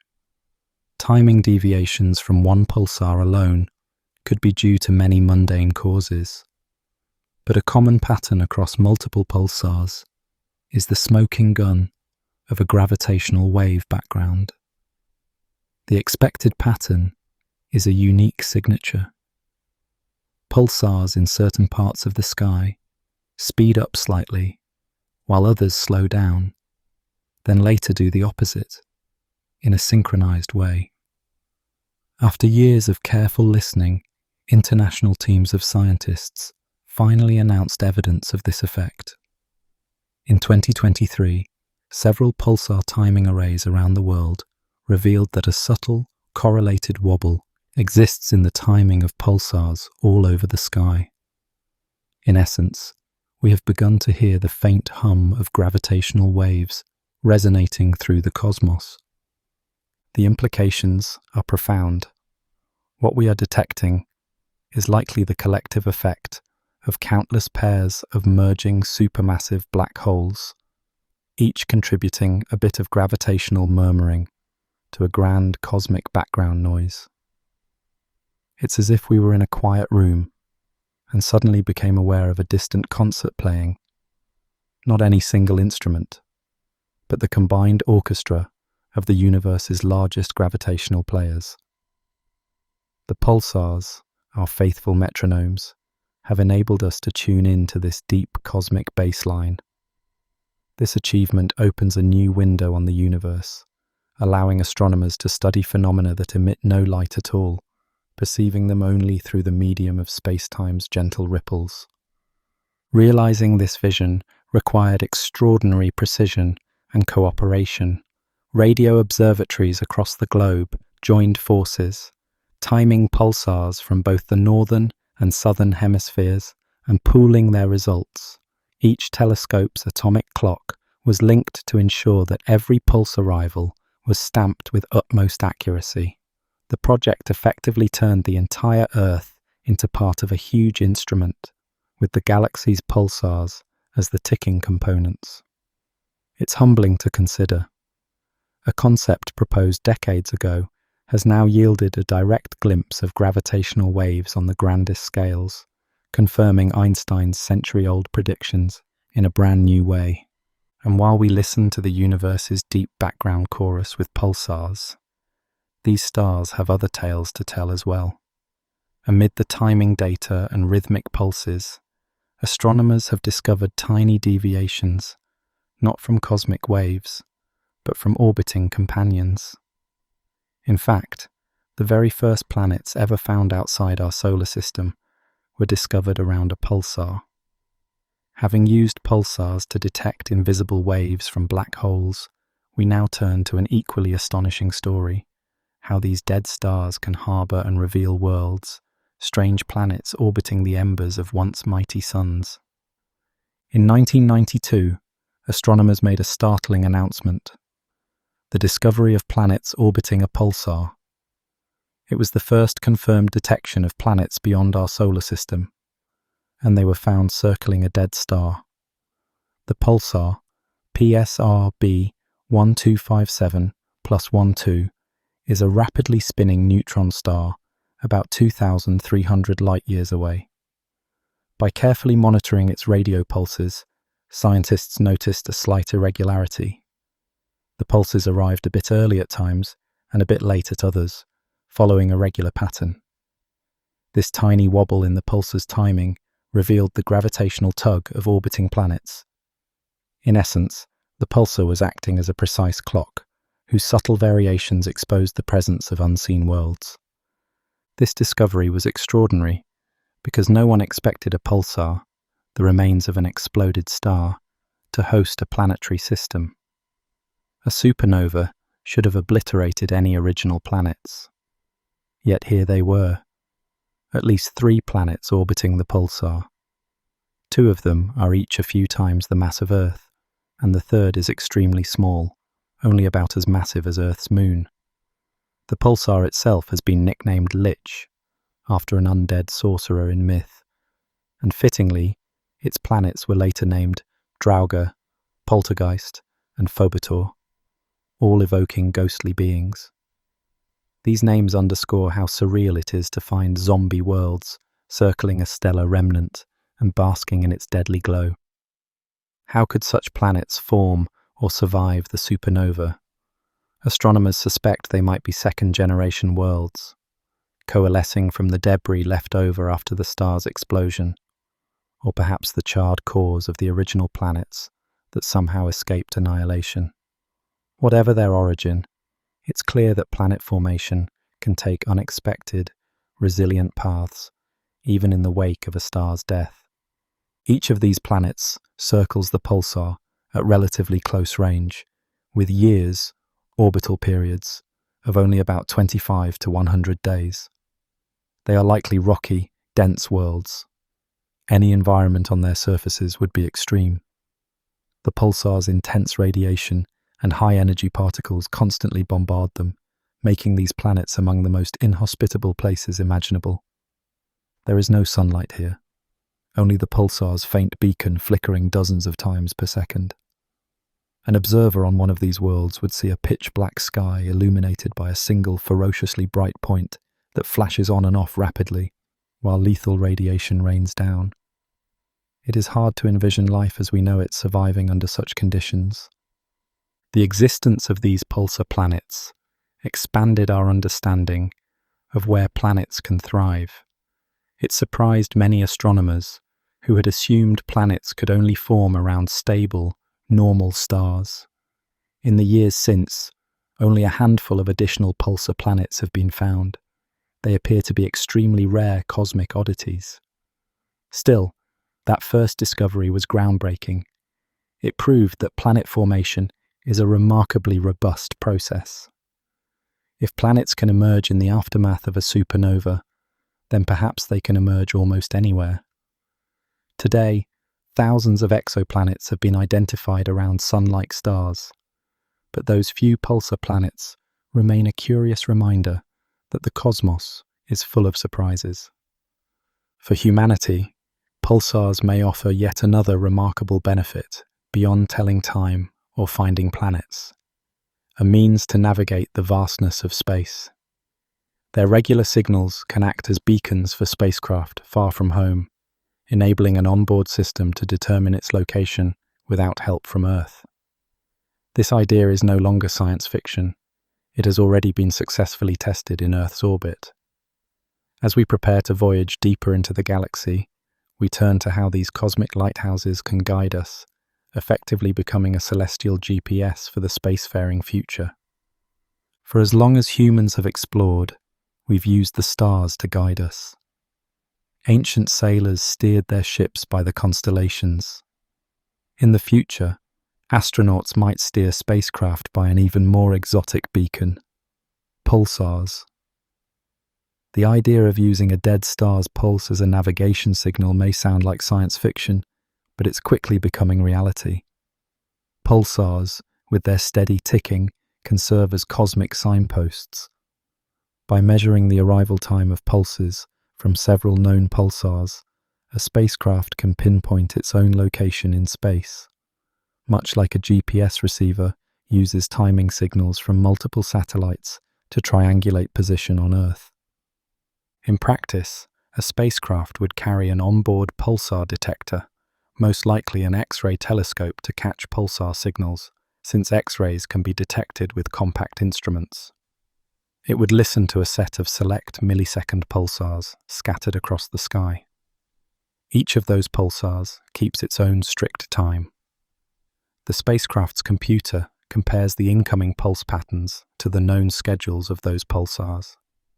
If the pulses are arriving slightly early or late compared to the expected timing, that means the craft is a bit closer to or farther from that pulsar than a reference point. With signals from 3 or 4 pulsars, it can calculate a 3D fix in space, determining its position and even velocity without any help from Earth. This concept was put to the test in 2018 when NASA conducted a pioneering experiment called SEXTANT aboard the International Space Station. Using an instrument named NICER, essentially an X-ray pulsar telescope, the system autonomously determined the station's orbit using pulsar signals alone. Over a few days, it achieved an accuracy of around 7 kilometers, proving that pulsar GPS was not just a theoretical idea, but a feasible technology. In essence, NICER listened to the rapid beats of distant pulsars and used them to tell the station where it was, a triumphant demonstration of interstellar navigation on a small scale. The advantages of such a system for deep space travel are immense. Currently, spacecraft navigation relies on radio tracking from Earth, using big antennas to measure signals and triangulate positions, a method that can be slow and is limited by our planet's distance and resources. But with pulsar navigation, a spacecraft could navigate autonomously anywhere in the solar system, or even beyond. There would be no need to wait for instructions from Earth, or worry about losing contact on the far side of a planet. The vehicle would carry its own star map and clock built into one, always available, everywhere in space. Pulsar signals are accessible in all directions, at all times, providing a kind of universal reference frame. Engineers and mission planners are already looking ahead to how this technology might guide future missions, from crewed voyages to Mars to robotic explorers of the outer planets, and eventually, perhaps, interstellar probes. The thought is inspiring. A spaceship charting its course by the flashes of neutron stars, essentially using the galaxy's cinders as a cosmic compass. It brings humanity full circle in a way. We will navigate by the stars once again, but now those stars are the strange, flashing corpses of suns, steady and reliable in their rhythm. Even as we harness pulsars for navigation, the cosmos continues to present new mysteries in the signals we detect. Fast radio bursts, for example, are sudden millisecond blips of radio energy from far outside our galaxy. Enigmatic phenomena that have only recently been discovered and remain largely unexplained. Our journey is far from over. The universe is still broadcasting secrets, from the strange flashes of FRBS to whispers of other cosmic phenomena waiting to be understood. With our technology and curiosity tuned ever sharper, we press on, listening to the chorus of the cosmos and prepared to chase down every last echo from the void. In our exploration of cosmic mysteries, we now journey from the vastness of space into the subatomic realm, where reality itself defies logic. On this minuscule scale, matter behaves in ways unlike anything we know. The smallest building blocks of existence are extraordinarily ill-behaved. These ghostly entities refuse to follow the comforting rules of everyday objects. One moment they act like tiny specks of matter, the next they spread out like waves on a pond, as if nature cannot decide whether they are particles or ripples of energy. In the quantum world, nothing is certain until it's observed. A subatomic particle's location, for example, is a haze of possibilities. You can predict where it might be, but you never know exactly where it is until you measure it. Unlike a baseball resting securely under your bed, a particle could be almost anywhere at once when you're not looking. This idea is utterly foreign to our everyday sense of reality. Albert Einstein himself was so troubled by it that he once asked if the moon exists only when we look at it, reflecting his discomfort with a world that seems to depend on observation. Time and again, experiments have shown that the way we observe these particles actually determines how they behave. Shine a beam of light through two narrow slits, and on a screen it forms an interference pattern of light and dark bands, evidence of waves spreading out and overlapping. But watch those particles of light, photons, one by one as they pass through, and the pattern disappears. Each photon hits the screen like a single, solid bullet. It's as though the photon knows when we're observing it, choosing to act as a particle when under scrutiny and as a wave when unobserved. In this quantum game of hide and seek, you can catch light behaving as a wave or as a particle, but never both at the same time. Such behavior confounded even the greatest physicists. Things on a very small scale behave like nothing that you have any direct experience about, admitted Richard Feynman, who noted that even experts find quantum mechanics peculiar and mysterious. All our intuitions, forged in the macroscopic world, are challenged by the quantum puzzle. Causes and effects blur. Particles seem to make decisions at random. In this strange micro-realm, a particle can literally be in two states at once, and only when we check does it settle into one outcome. Reality, at the quantum level, appears to be woven from possibilities rather than certainties. And so, confronted with a reality that behaves so strangely, we are left with profound questions. How can something be in two states at once? What does it mean for existence to depend on an observer? In 1935, the physicist Erwin Schrödinger offered a startling illustration of these questions. He imagined a humble cat in a sealed box. Its fate hinged on the quantum behavior of a tiny particle.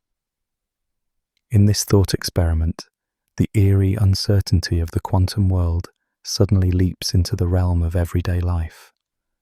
The result is a paradox so famous that the cat itself has become a legend, both alive and dead, until the box is opened. Picture a silent, sealed box containing a cat and a deadly vial of poison. Outside the box, a mechanism waits for a purely random trigger, say, the decay of a single radioactive atom. If the atom decays during the experiment, it will shatter the vial and release the poison, killing the cat. If the atom does not decay, the poison stays sealed and the cat lives. The chance of each outcome is 50-50, like flipping a coin. Until we open the box, we have no way of knowing whether the poison was released and the cat is dead or alive. Erwin Schrödinger devised this scenario to ask, what is the actual state of the cat before we look?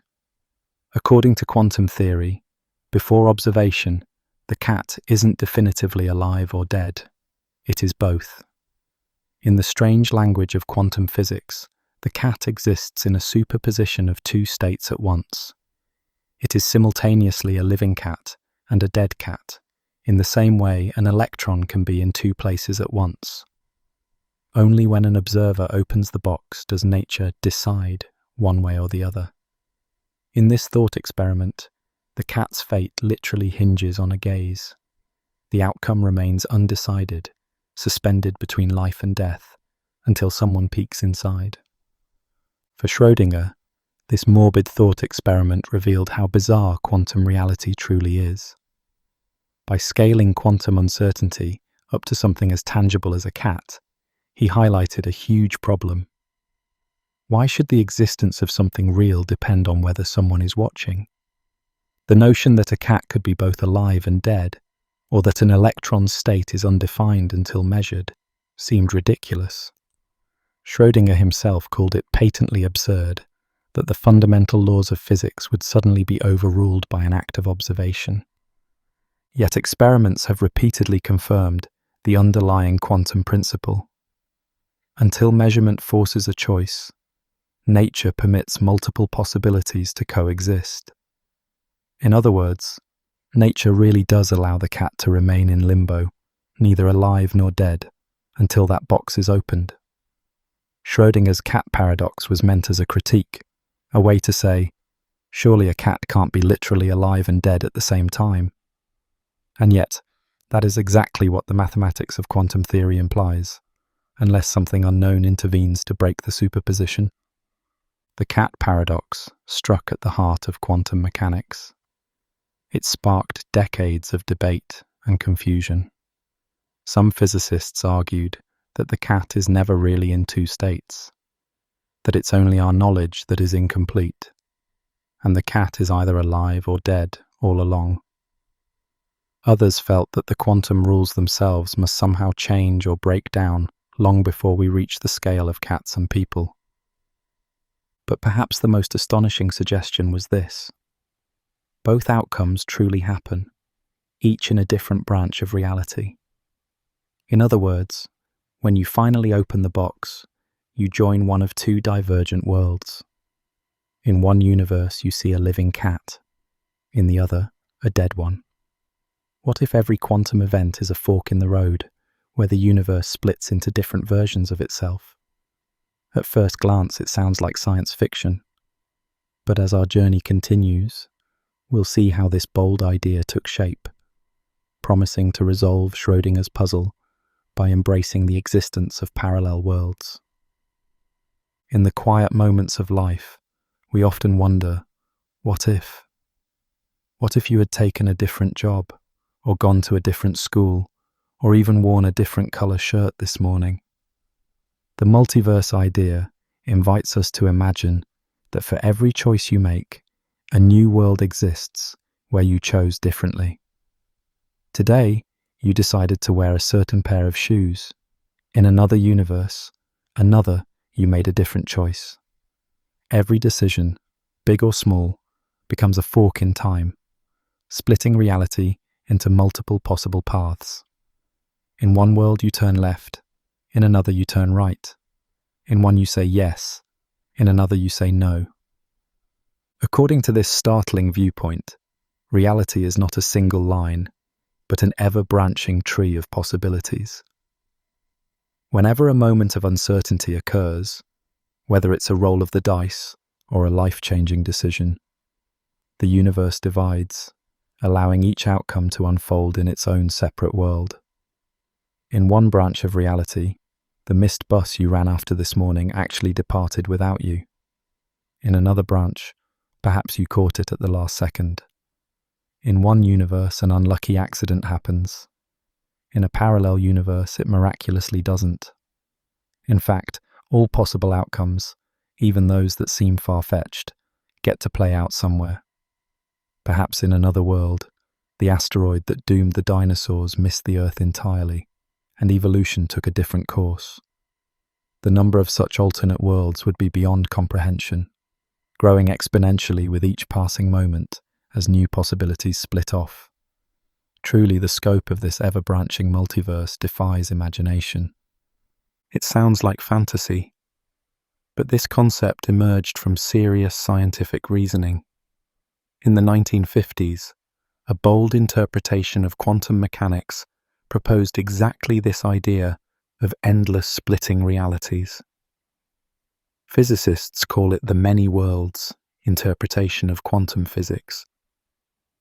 In this view, the strange either-or nature of quantum events is resolved by having every outcome occur, each in its own universe. There is no single collapse into one result. Instead, the universe itself branches to accommodate every result. If true, the cosmos contains an unfathomable multitude of parallel versions of itself, continuously generated by every tiny quantum choice.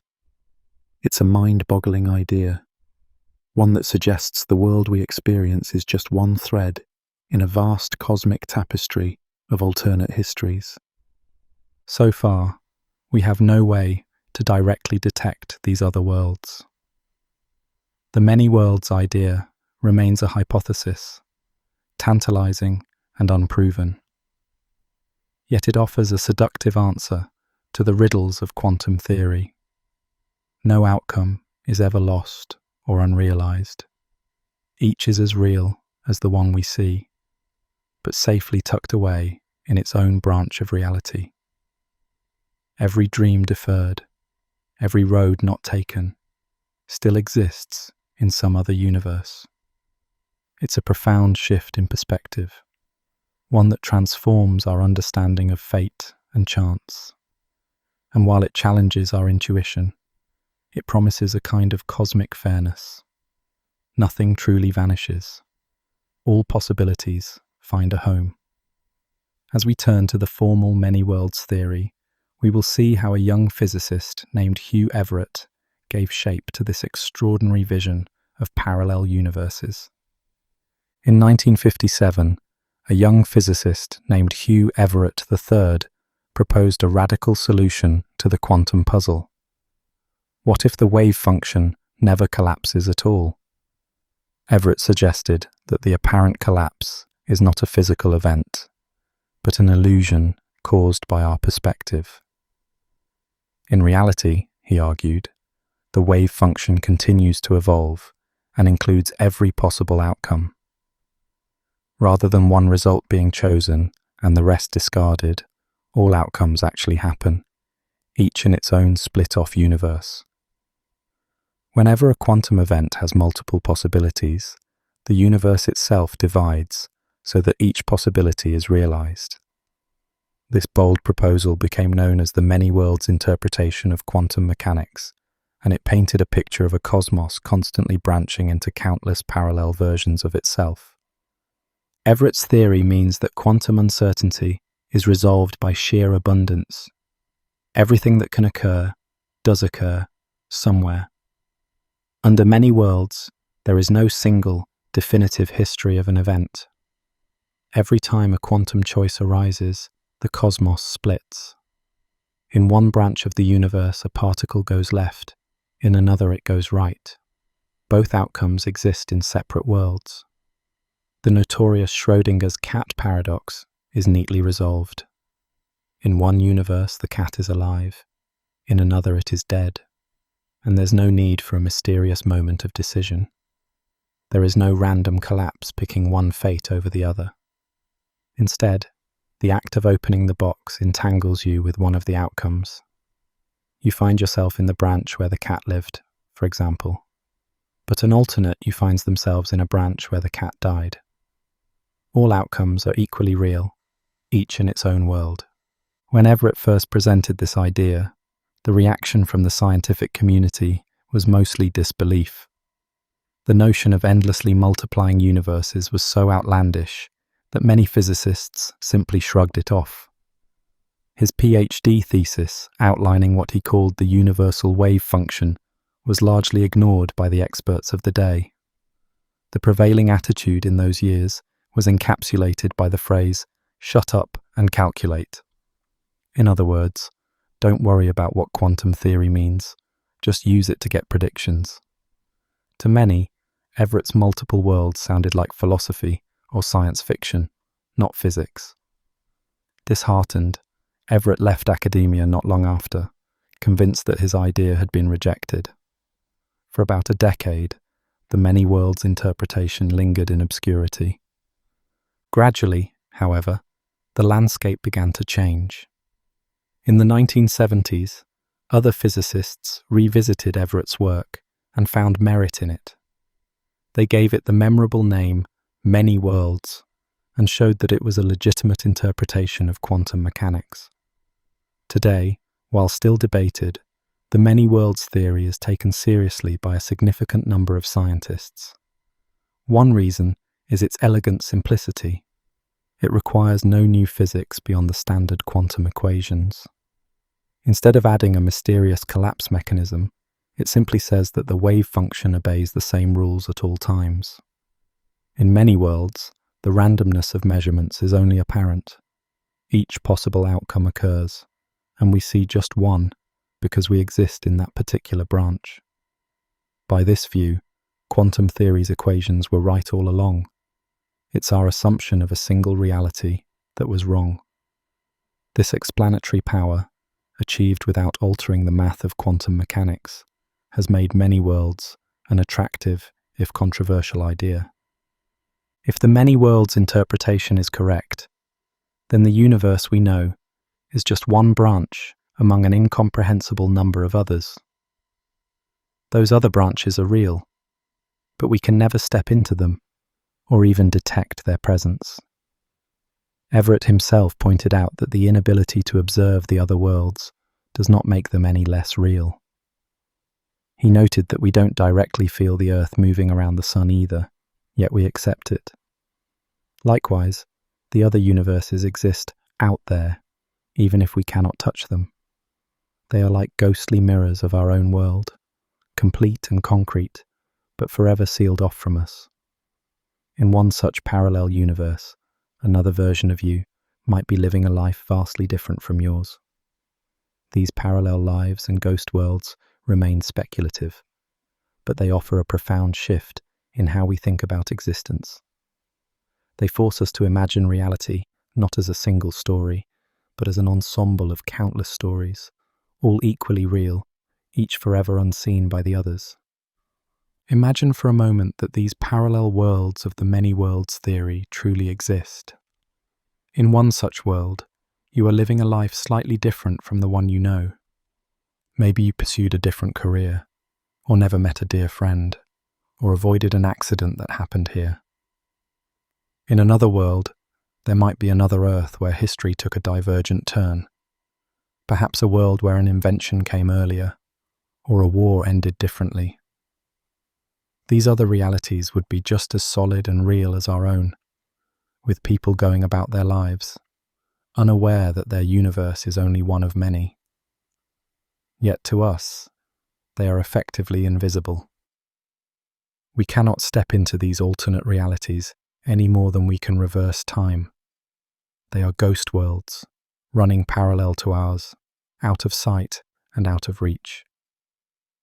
In these ghost universes, alternate versions of ourselves, our parallel selves, could be thriving. There might be a version of you who made a different choice at a crucial juncture and is now living with those consequences.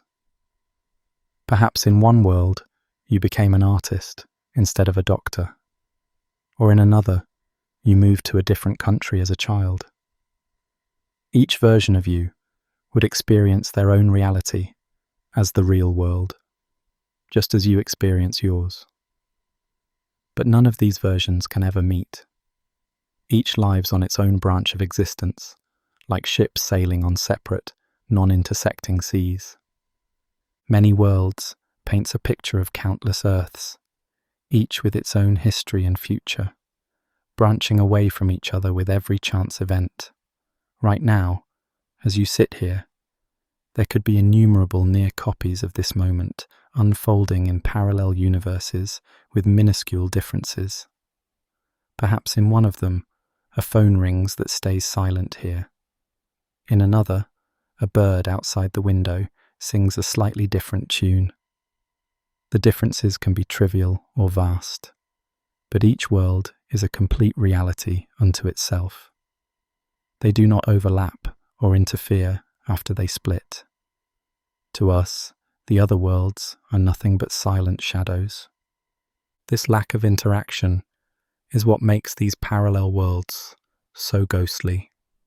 No matter what happens in those alternate realms, we see no trace of it in ours. A person in another universe could be calling out to us, but their voice would never cross the void. Critics of the many worlds idea often question whether it can be considered scientific at all if the other universes are forever inaccessible. They ask, if these universes have no influence on ours, in what sense are they real? That skepticism is understandable. After all, how can we confirm a world that we can never observe? If every alternate reality is completely sealed off, the theory becomes difficult to test or falsify. Proponents of many worlds respond that these parallel worlds are a natural consequence of quantum theory, and their reality does not hinge on our ability to visit them. They point out that our own universe has plenty of things we cannot directly perceive, yet we infer their existence through theory and experiment. For example, the multiverse concept in cosmology, or unobservable parts of our universe beyond the observable horizon. Still, the idea of endlessly proliferating unseen worlds challenges our understanding of reality. It raises profound questions. Are these other selves truly you in any meaningful way? How do we define identity if countless versions of us exist? And might there be any circumstances at all under which these separate worlds could affect one another, even subtly? This last question, whether the parallel worlds might not be entirely separate, is particularly intriguing.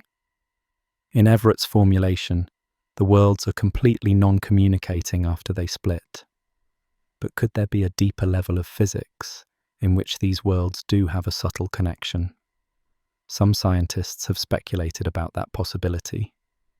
If the many worlds are like ghost ships sailing the same ocean, could there occasionally be a ripple that crosses from one ship's wake to another?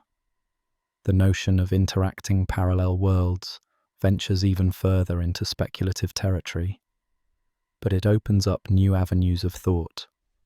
We now turn to explore whether these quantum worlds are indeed utterly isolated, or if some hidden threads might link their fates. According to Everett's original formulation, once universes branch, they do not communicate or influence each other. The branches rapidly become effectively separate, a process known as decoherence in quantum physics.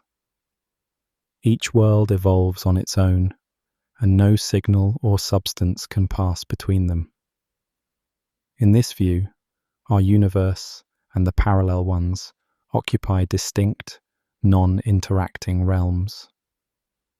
They might all exist within a larger quantum reality, but after splitting, they are like trains on different tracks, never to meet again. For many years, this was the general assumption of the many worlds interpretation. The worlds are completely separate. However, some scientists have dared to ask, what if these parallel worlds do influence each other in subtle ways?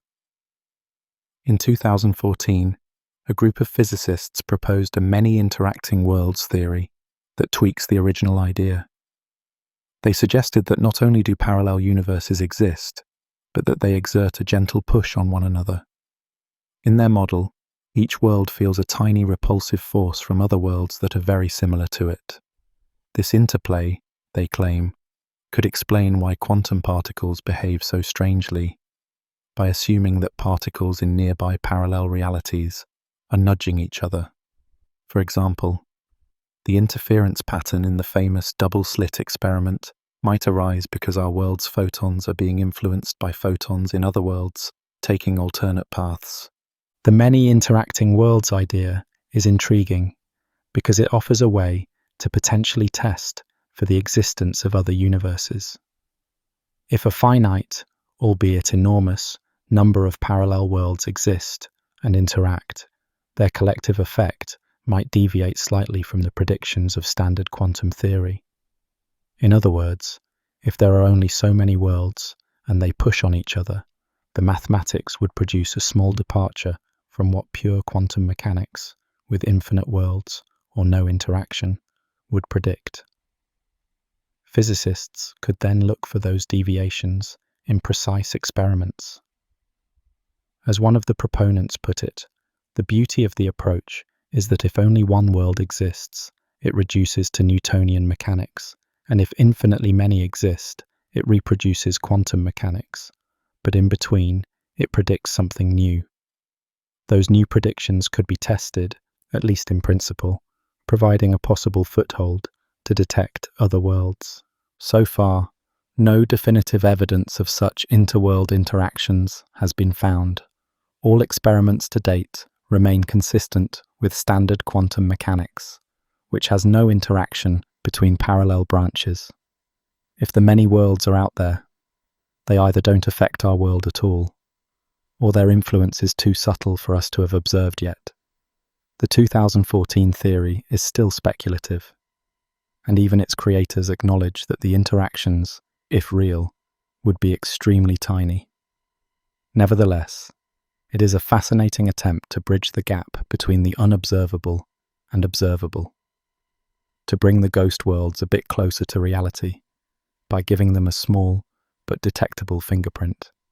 Should future experiments ever reveal an anomaly that matches these predictions, it would be a historic indication that our universe is one of many. The question of interworld connections remains open and deeply puzzling. It forces us to confront what reality means in a multiverse. Are the other worlds completely sealed off? Or are they part of a single, richer reality that occasionally shows subtle crosstalk? At this point, most physicists lean toward the conservative view that parallel quantum worlds do not interact. The many worlds interpretation works well without needing any communication between branches, and adding such communication might create paradoxes or violate known physical laws. But science thrives on asking what-if questions, and the possibility of interworld interaction, however remote, is an enticing one. It reminds us that even an idea as far out as multiple universes can evolve and inspire new lines of thought. Whether or not parallel universes can influence each other, simply imagining their vast number is mind-bending. Each moment of chance adds another branch to the cosmic tree. If many worlds is true, the number of universes grows exponentially, swiftly reaching unfathomable totals. In the next part of our journey, we will step back and consider the scale of this multiverse. How many universes might there be? And what does it mean for every outcome of chance and choice to be realized somewhere? The implications of effectively infinite branching touch on the very nature of reality, probability, and existence. The branching of universes implied by many worlds is not just a lot. It is, for all practical purposes, infinite.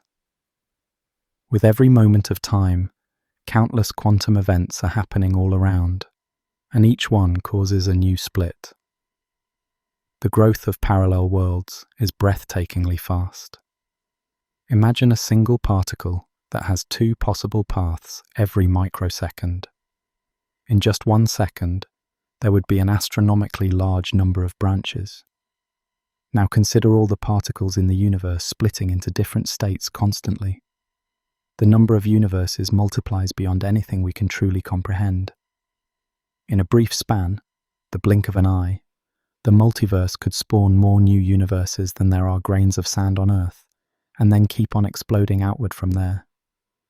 In this framework, everything that can happen does happen in some universe.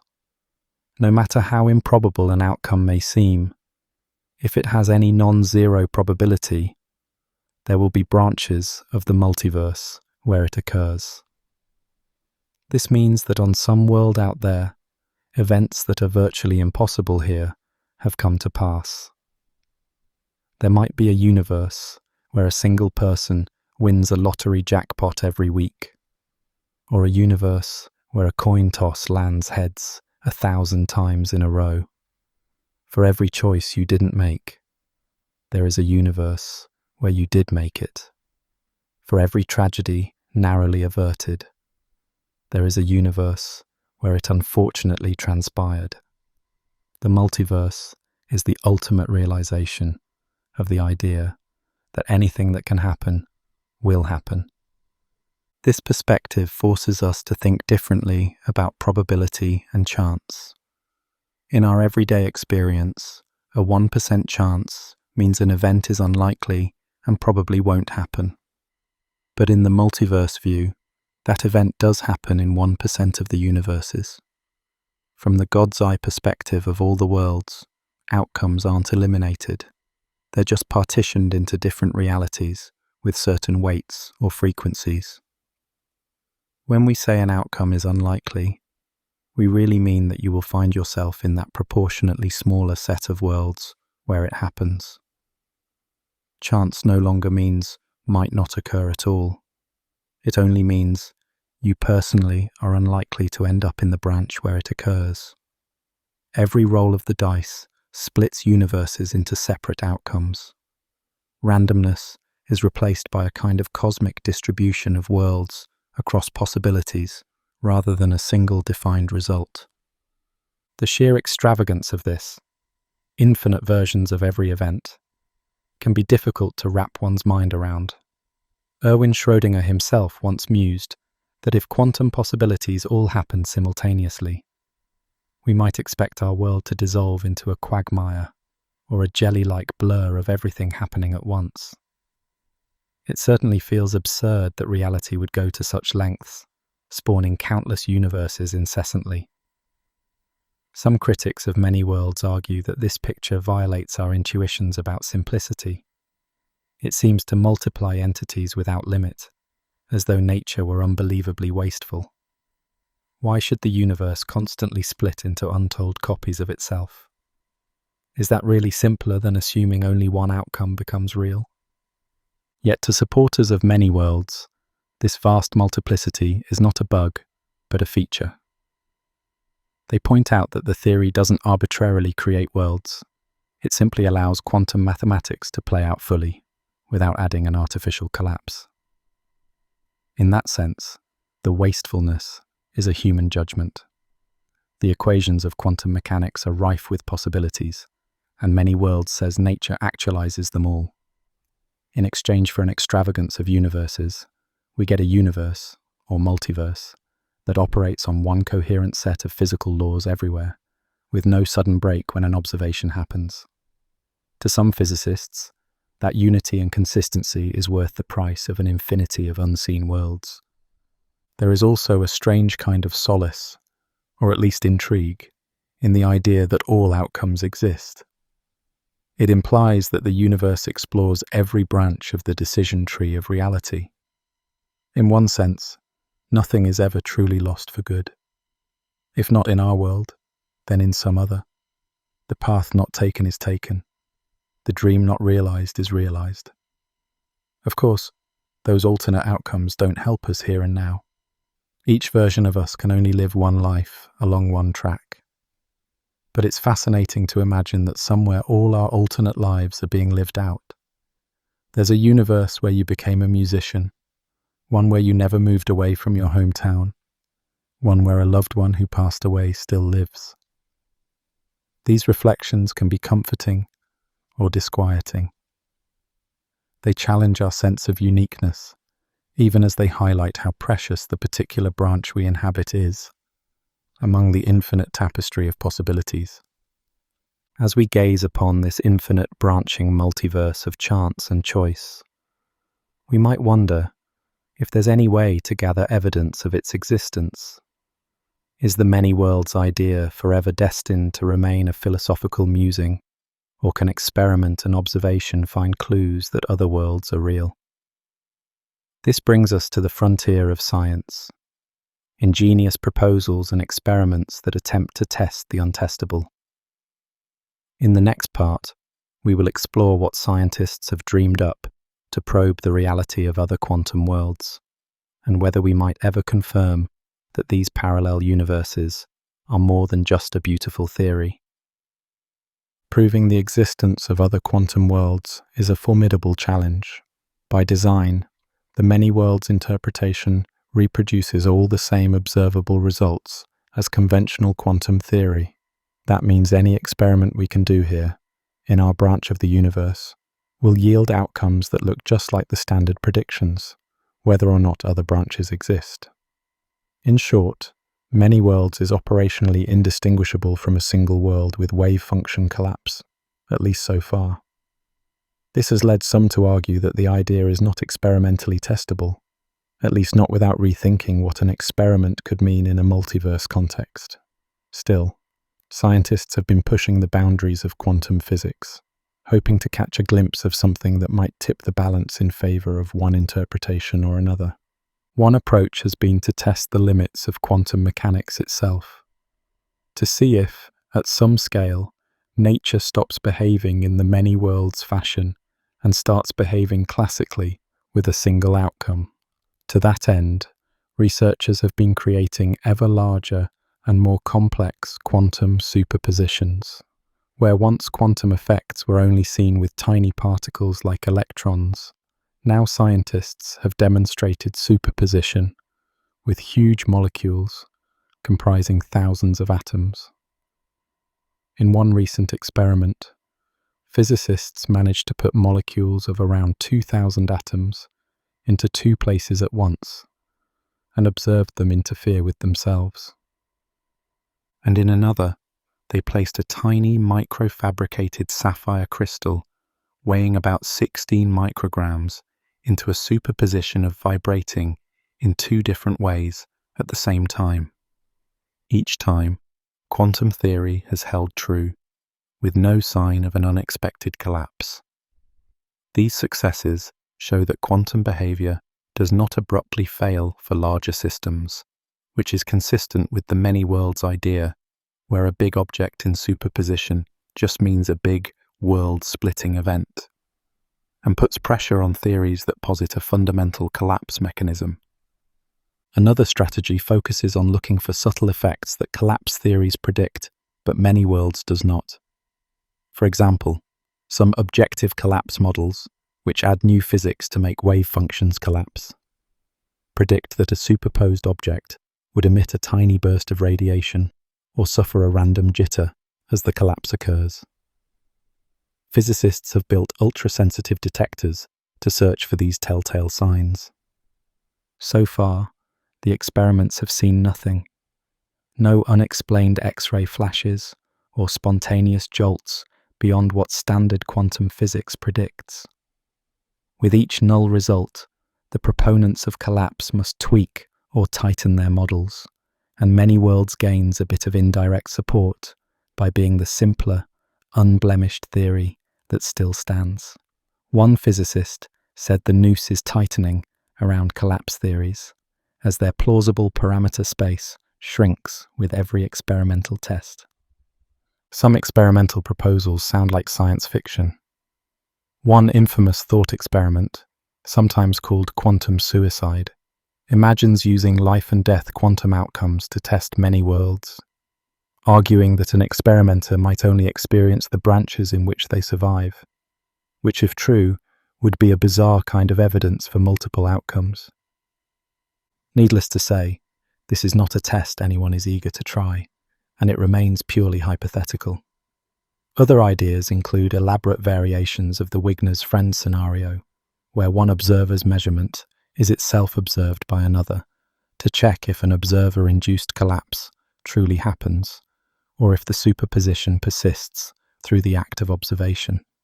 In 2019, researchers performed a version of this experiment with entangled photons and found results consistent with quantum theory's strangest predictions, suggesting that two different realities coexisted, one for the friend inside the experiment and one for the outside observer, without contradiction. This kind of result meshes well with the many worlds view, which expects that an observer and the observed system can become entangled in a superposition of differing experiences. It underscores that the line between quantum and classical is blurred, perhaps even non-existent. In truth, short of detecting an actual signal or influence from another world, we may never have a smoking gun proof of their existence. Many worlds could remain, as some have put it, not even wrong. Impossible to falsify directly, because its predictions are our normal predictions. But the steady advance of technology could continue to chip away at alternatives and make the case for the multiverse stronger. If future experiments completely rule out any form of wave function collapse, or reveal new quantum phenomena that align with many worlds' expectations, confidence in the existence of those other worlds will grow. The dream of proving other quantum worlds may ultimately hinge on finding some minute fingerprint they leave on our world, or on a revolutionary experiment that no one has yet conceived. For now, the quantum multiverse remains an elegant and compelling explanation in search of empirical validation. Even as physicists devise clever tests of the quantum multiverse, others have looked to entirely different realms of physics for evidence of multiple universes. The concept of a multiverse isn't limited to quantum branching. Cosmologists and string theorists, for instance, have proposed that our Big Bang might be just one of many, or that extra dimensions could house other universes alongside our own. Could mysterious signals from deep space or anomalies in the cosmic microwave background hint at collisions with other universes? In the final part of our journey, we will venture beyond the quantum world and explore these bold ideas of new dimensions and new universes. A multiverse on the grandest scales, far beyond our own cosmic horizon. While quantum physics hints at parallel universes on the microscopic scale, other theories suggest multiple universes on the grand cosmic scale. One of the leading ideas is rooted in cosmology, the inflationary multiverse. According to this theory, in the moments after the Big Bang, our universe underwent a phase of rapid expansion called inflation. But inflation might not have happened uniformly everywhere. In some regions it could go on eternally, spawning bubble universes endlessly. Each bubble pinches off to become its own universe, like separate expanding soap bubbles in a vast foam. Our observable universe would be just one such bubble among perhaps infinitely many. These other universes could have entirely different properties. When each bubble's inflation ends, the physical laws and constants in that region might freeze out with different values. There could be universes where gravity is stronger, or where atoms never form, or where light itself doesn't exist as we know it. The implications are staggering. Reality might come in countless varieties, each universe a separate outcome of cosmic starting conditions. Can we find evidence for these other universes? It's difficult, because by definition, they lie beyond our observable horizon. Yet, cosmologists have tried to devise clever ways to infer their presence. For instance, if our bubble universe had collided with another in the distant past, it might have left an imprint, perhaps a circular pattern in the cosmic microwave background radiation, or a subtle distortion in the distribution of galaxies. Researchers have actually searched for such signatures in our sky. So far, no convincing sign of a bubble collision or any other universe has been found. The void beyond our cosmic horizon remains silent. Still, the possibility is not ruled out.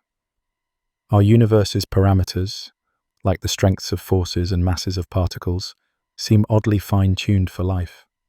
A multiverse of bubbles could naturally explain that, since we'd only exist in the rare bubble where conditions happen to allow life. In that sense, the very fact that we exist might be indirect evidence of a larger multiverse. Another multiverse concept comes from string theory and higher dimensions. String theory suggests that in addition to our three familiar dimensions, there could be hidden spatial dimensions, curled up or extending in ways we don't perceive. In one scenario, our entire universe is a three-dimensional membrane, or brain, floating in a higher dimensional expanse, the bulk. Other brains could be floating alongside ours in this higher space, representing parallel universes completely separate from ours, except perhaps through gravity. We normally can't see or touch these other brain worlds any more than a drawn stick figure could leap off its 2D sheet of paper into another. However, if two brains were to collide, some cosmologists speculate that such an event could trigger a Big Bang, possibly the birth of a new universe. In fact, one theory, sometimes called the cyclic or ekpyrotic universe, imagines that our own Big Bang was caused by a collision between brains, and that such collisions might happen again in an endless cycle. Unlike the many worlds interpretation of quantum mechanics, these cosmological multiverse ideas at least offer some potential observational windows.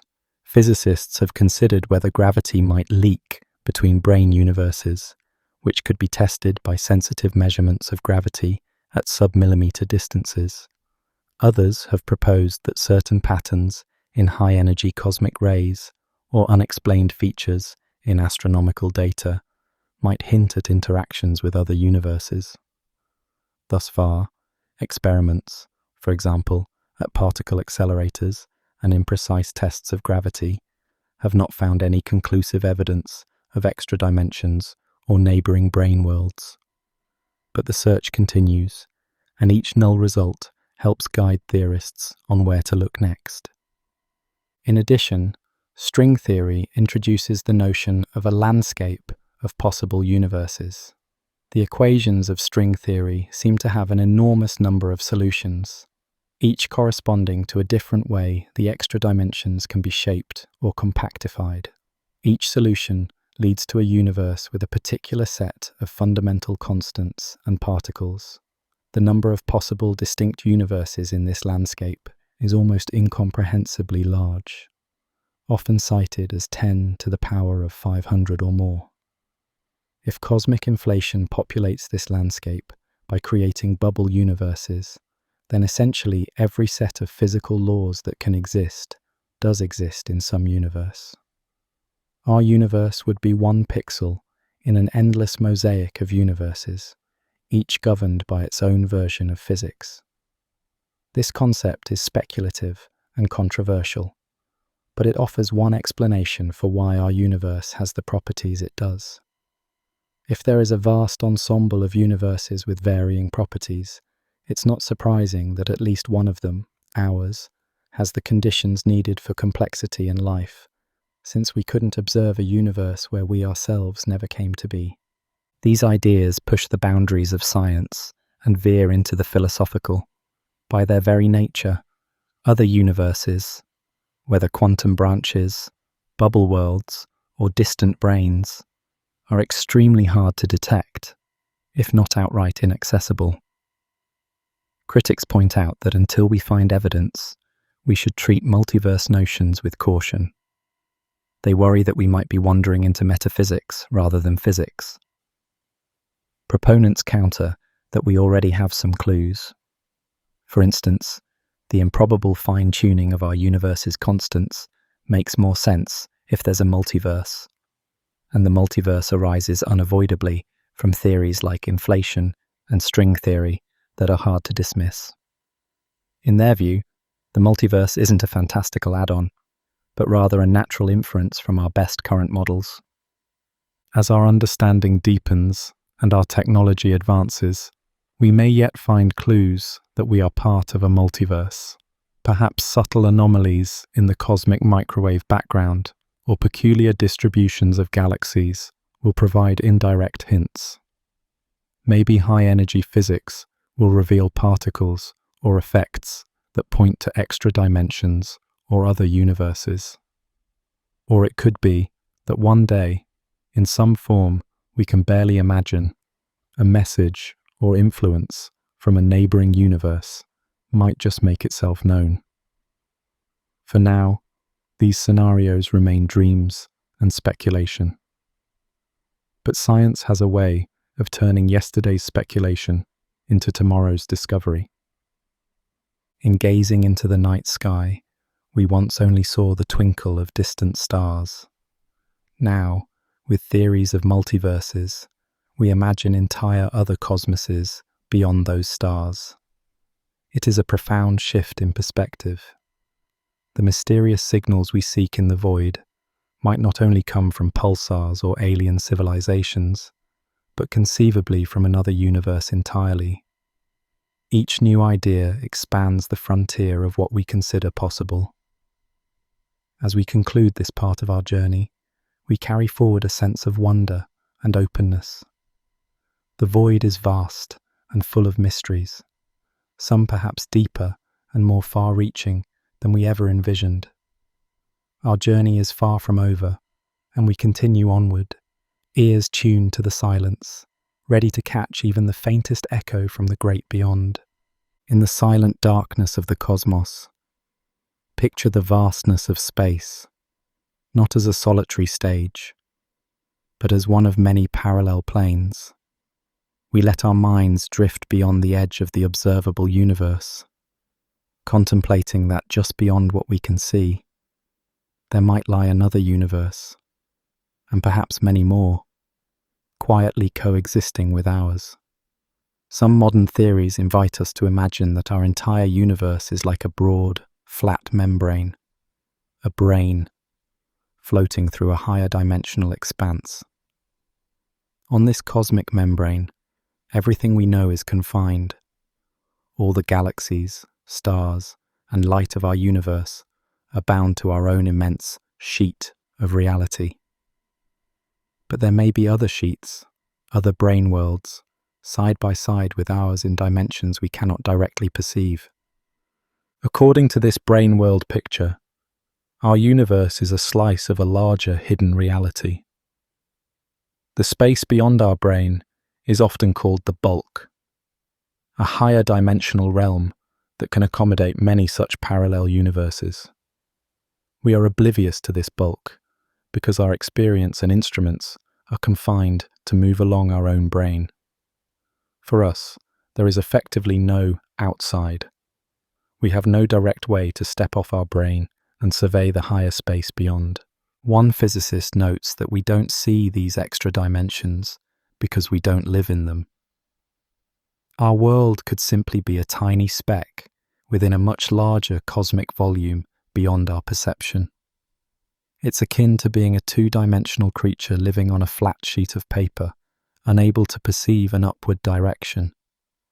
In the same way, other universes could be hovering just out of reach, perhaps only a hair's breadth away in the bulk, yet completely unseen and untouched by us. One peculiar implication of this picture is that gravity might not be confined to our brain at all. Unlike light and matter, which cling to our three-dimensional membrane, gravity could be a wanderer that seeps into the unseen dimensions of the bulk.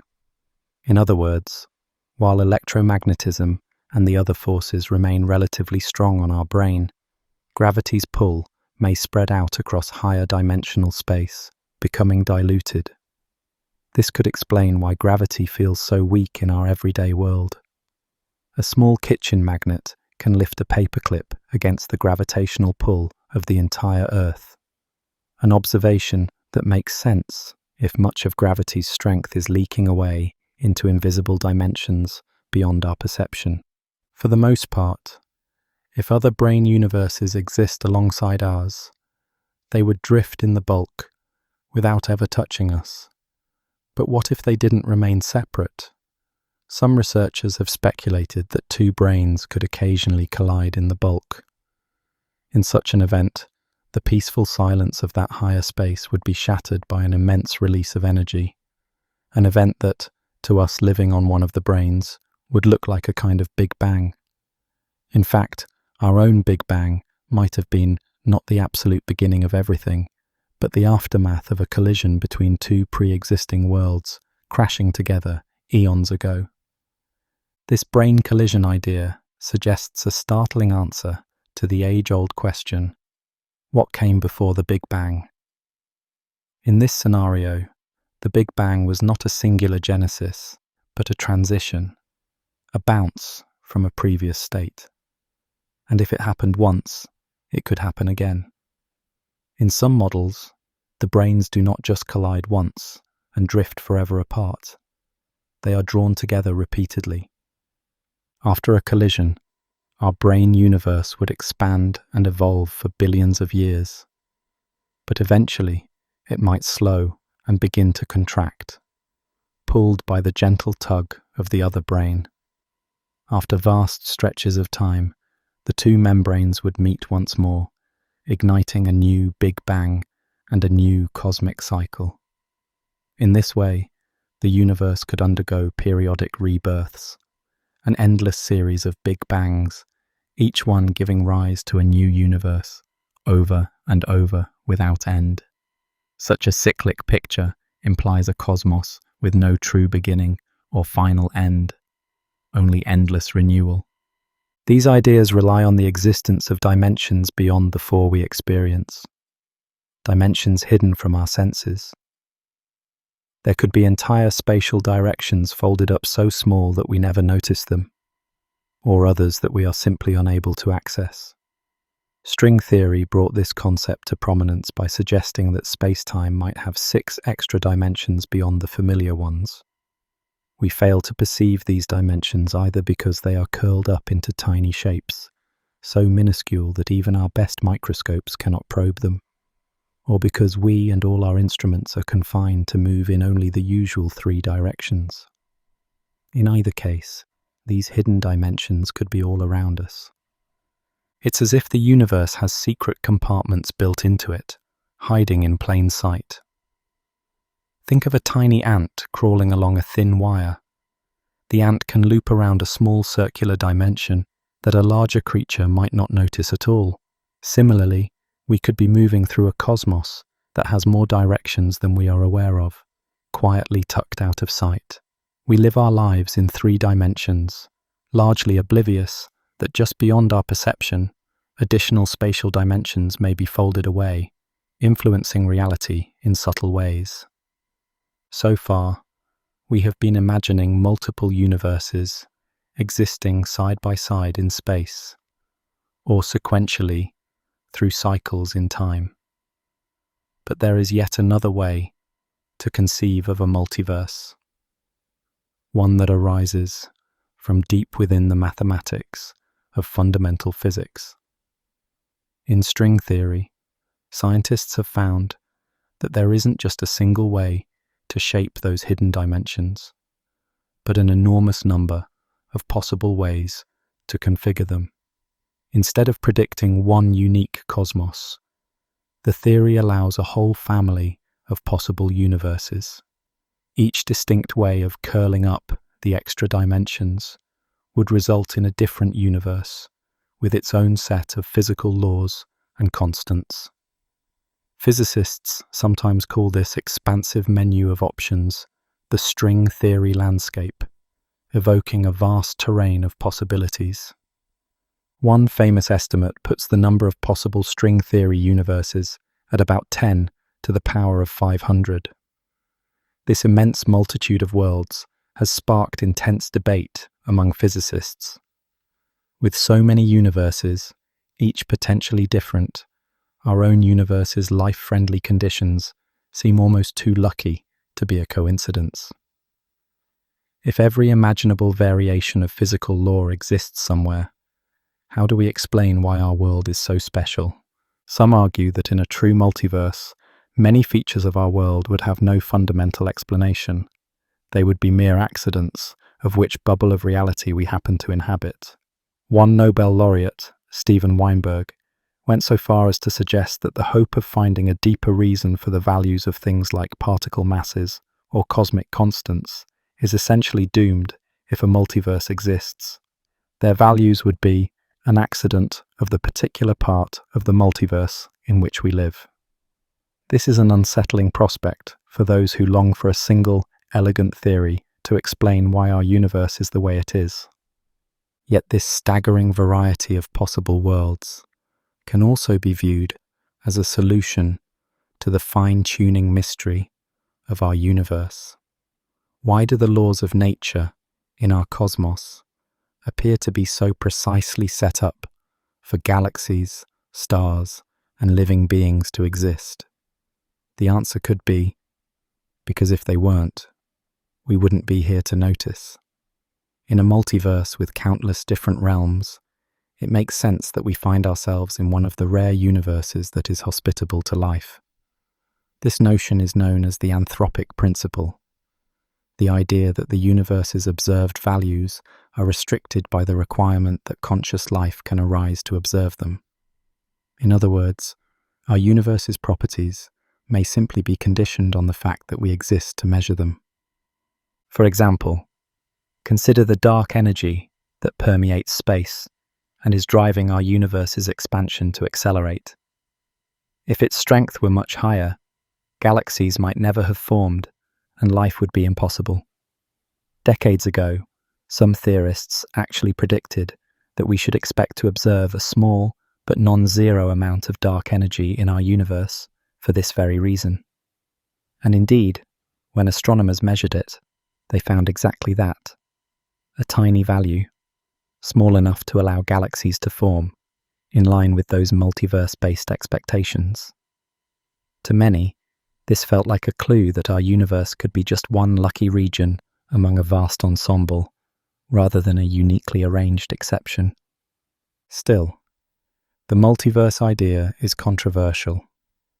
If every possible outcome occurs in some universe, how can we ever test or falsify such a theory?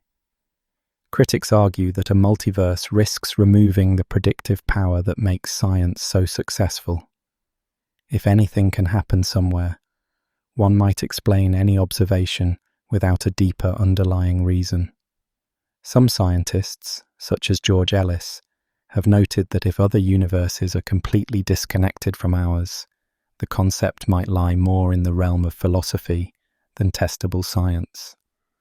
Supporters counter that we might yet find indirect evidence, and that ideas shouldn't be dismissed just because they are hard to test.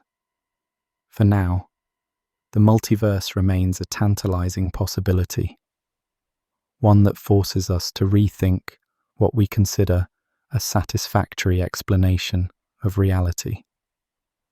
It may turn out that our cosmos, with all its billions of galaxies, is only a small part of a far larger and more varied ensemble of worlds. The only way to find out is to look for empirical clues, however challenging that may be.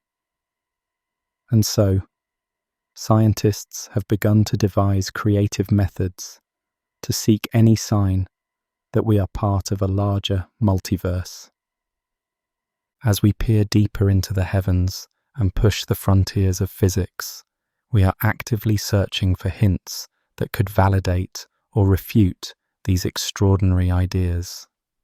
One place to look is the sky itself. The afterglow of our Big Bang, the cosmic microwave background, CMB, covers the entire sky with a faint pattern of light, a relic from the newborn universe. Some researchers propose that if our bubble universe had ever collided with another, it would have left a circular imprint in the CMB, often described as a cosmic bruise. They have even sifted through detailed maps of the CMB looking for such anomalies. The idea is that a collision would disrupt the uniform fabric of the CMB in a subtle but telling way. Intriguingly, one large and unusually cold region in the CMB has indeed drawn attention. This cold spot, observed in the southern sky, is hard to explain with standard models, and one exotic hypothesis is that our universe long ago grazed another, leaving behind this cooler patch as a scar of that cosmic encounter. Researchers at Durham University have even suggested that the cold spot might be taken as the first evidence of the multiverse, the remnant of a collision between cosmic bubbles. Such claims are controversial and not yet confirmed, but they show how scientists are pushing observational limits to search for any hints that we might not be alone. Experiments on Earth are also searching for signs of hidden dimensions. At high-energy particle colliders like the LHC, scientists look for any hint that particles sometimes vanish from our detectable universe. For example, a graviton could escape into an extra dimension, carrying away energy and causing a detectable imbalance in the particle debris. This would appear as an unbalanced collision event, missing energy with no visible particle to account for it. So far, no such clear signal has shown up. Likewise, tiny laboratory experiments have tested gravity's strength over very short distances, looking for any slight deviations from Newton's law that might indicate extra-dimensional effects. They have measured gravity down to sub-millimeter scales without finding any anomalies. These null results simply tell us that if extra dimensions exist, they must either be very small or have effects too subtle for current experiments to detect. Each test places new constraints, nudging theorists to refine their models of how a hidden dimension might operate. Researchers are also exploring other, more unexpected avenues for clues to a larger reality. Certain theories predict the existence of exotic objects that could provide indirect evidence of higher dimensions. For example, Some versions of string theory allow for cosmic strings, ultra-thin, incredibly dense filaments stretching across space, potentially formed in the aftermath of the Big Bang. If one were found, it might carry signatures of physics beyond the standard model, perhaps even revealing effects of extra dimensions or unusual vacuum states. Scientists are also hunting for hypothetical particles that would indicate extra dimensions, often called Kaluza-Klein K particles. These can be thought of as shadow versions of ordinary particles, echoes of familiar particles vibrating in unseen dimensions, and therefore possessing more mass or energy than their standard counterparts. If accelerators were to create or detect such a particle, it would be direct evidence that our three-dimensional world is part of a higher dimensional reality. To date, no such exotic particles have appeared, but the search continues quietly in the background of many experiments. At this point, no experiment has definitively confirmed the existence of other universes or hidden dimensions. The hints that do exist are tantalizing but inconclusive. A curious pattern here, a missing energy there, nothing that rises to the level of proof. Still, the effort to find out is valuable in itself. It shows that these grand ideas, as speculative as they sound, can be approached scientifically and probed by empirical means. Even if a definitive signal from the multiverse has yet to emerge, the search has yielded rich dividends in knowledge. In mapping the cosmic microwave background with exquisite precision and testing gravity on microscopic scales, we have pushed the boundaries of our understanding. By pressing up against the edges of what is observable, we have learned more about our own universe in the process. In a sense, we have been poking at the very fabric of reality, looking for any loose thread that might lead us to a deeper truth. One alternate idea is the cyclic universe, which proposes that the Big Bang was not the beginning of time, but rather one event in a possibly endless series of universes. Instead of multiple universes in space, this theory envisions multiple universes in time, one after the other.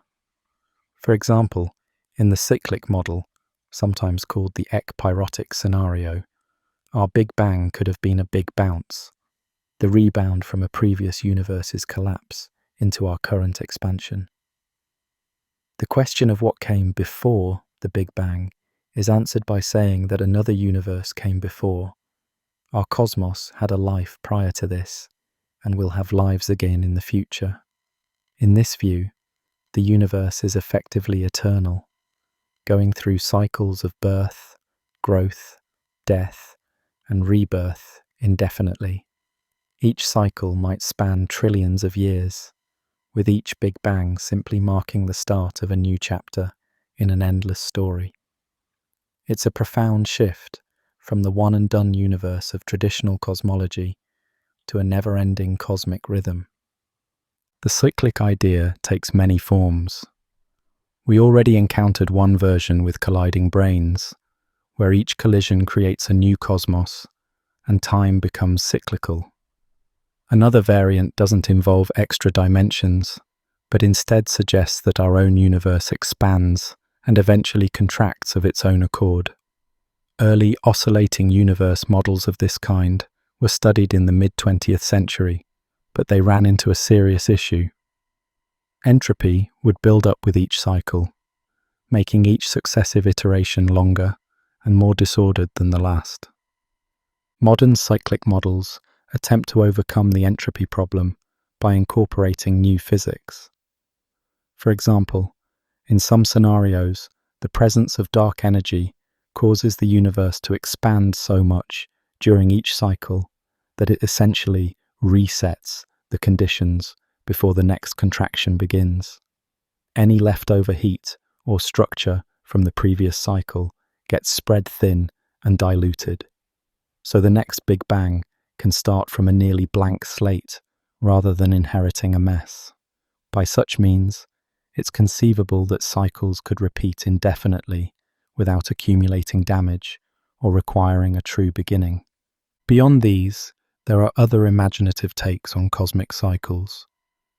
One involves an extreme form of dark energy dubbed phantom energy, which grows in strength over time. Phantom energy could eventually tear the universe apart in a big rip. Galaxies, stars, and even atoms would be pulled asunder. But in one proposal, just before everything is completely destroyed, a strange reversal occurs. The nearly empty, shredded universe begins to contract, essentially coming back together with no matter or entropy left from before. The contraction then leads to a bounce and a new Big Bang, with the universe starting again from scratch. Another compelling idea comes from the renowned physicist Roger Penrose, who has proposed a theory called conformal cyclic cosmology. Penrose suggests that in the far future, after an unimaginable length of time, all matter in our universe will decay and all black holes will evaporate, leaving behind nothing but a bath of dilute radiation. Without any mass or structures, conventional measures of time and size may no longer apply. At that point, the vastly expanded, empty universe of the far future could smoothly transform into the exceedingly hot, dense state of a new Big Bang, essentially linking the end of one cosmos to the beginning of the next. According to this vision, our universe might be just the latest in an infinite succession of eons, each born from the faded remnants of the one before. Yet another angle comes from quantum gravity theories like loop quantum cosmology. In this view, spacetime itself has a discrete atomic structure, and when matter reaches extremely high density, gravity becomes repulsive instead of attractive. Thus, a prior universe could collapse only to a point and then rebound, a quantum bounce, rather than crumpling to an infinite singularity. The result would be a new expansion, a new Big Bang, that carries on from the old contraction. In this scenario, there was no absolute beginning, just a perpetual series of expansions and contractions, with each Big Bang marking the start of a new cycle. From brain collisions to phantom energy, from conformal eons to quantum bounces, these alternate cosmologies paint a picture of a self-renewing cosmos. They don't require an external multiverse. Instead, they make our single universe far older and more elaborate in time than the standard Big Bang theory suggests. Whether any of these ideas is correct remains to be seen, but they all stretch our understanding of what everything might entail, either in time, in space, or in dimensions beyond sight. All these speculations, diverse as they are, invite us to broaden our perspective. They suggest that reality may be far larger, longer, or more varied than we ever imagined. We might be living in just one of countless universes, or in one phase of an eternal cycle, or amid dimensions we cannot perceive. Our cosmos could be a magnificent composition, linking intermittent brains and recurring eons. Embracing this bigger reality requires both humility and wonder. The history of science shows that our definition of the universe has expanded many times before, from the Earth-centered cosmos to a galaxy of stars, then to a universe of billions of galaxies. It may expand again to include multiple universes or endless cycles. Perhaps one day, what sounds extraordinary now will become an ordinary part of our understanding. Indeed, some suspect that future generations will take these concepts in stride. People in the future may look back and wonder why we ever imagined the universe as a single, isolated expanse. By then, a multiverse might be considered an obvious extension of our knowledge. Just as we now accept that our solar system is one of many and our galaxy is one among billions, they may accept that our universe is merely one facet of a much larger reality. As we reach the end of this journey through cosmic possibilities, we do so without a firm conclusion, and that is fitting. The exploration is still underway, and each idea we've discussed remains an open chapter. The multiverse, if it exists, has not announced itself definitively. The cycles and bounces, if they occur, have not left unmistakable traces. But we have allowed our minds to venture into these vast, dark waters.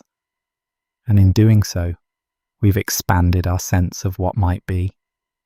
In the stillness of the night, under the faint light of distant stars, it is calming to ponder these grand ideas. We can imagine the silent drift of other worlds alongside ours, or the slow heartbeat of an eternal universe cycling through eons. We can feel the scale of it all and not be overwhelmed, but instead be gently lulled by the mystery. The void may be full of whispers we have yet to understand, so we continue to listen for those quiet echoes from the depths of space and time, and we remain open to whatever we might discover next. Our story flows onward into the next part of this journey with curiosity and awe. The universe, or multiverse, holds its secrets close. With patience and wonder, we move forward, ready to explore further into the unknown.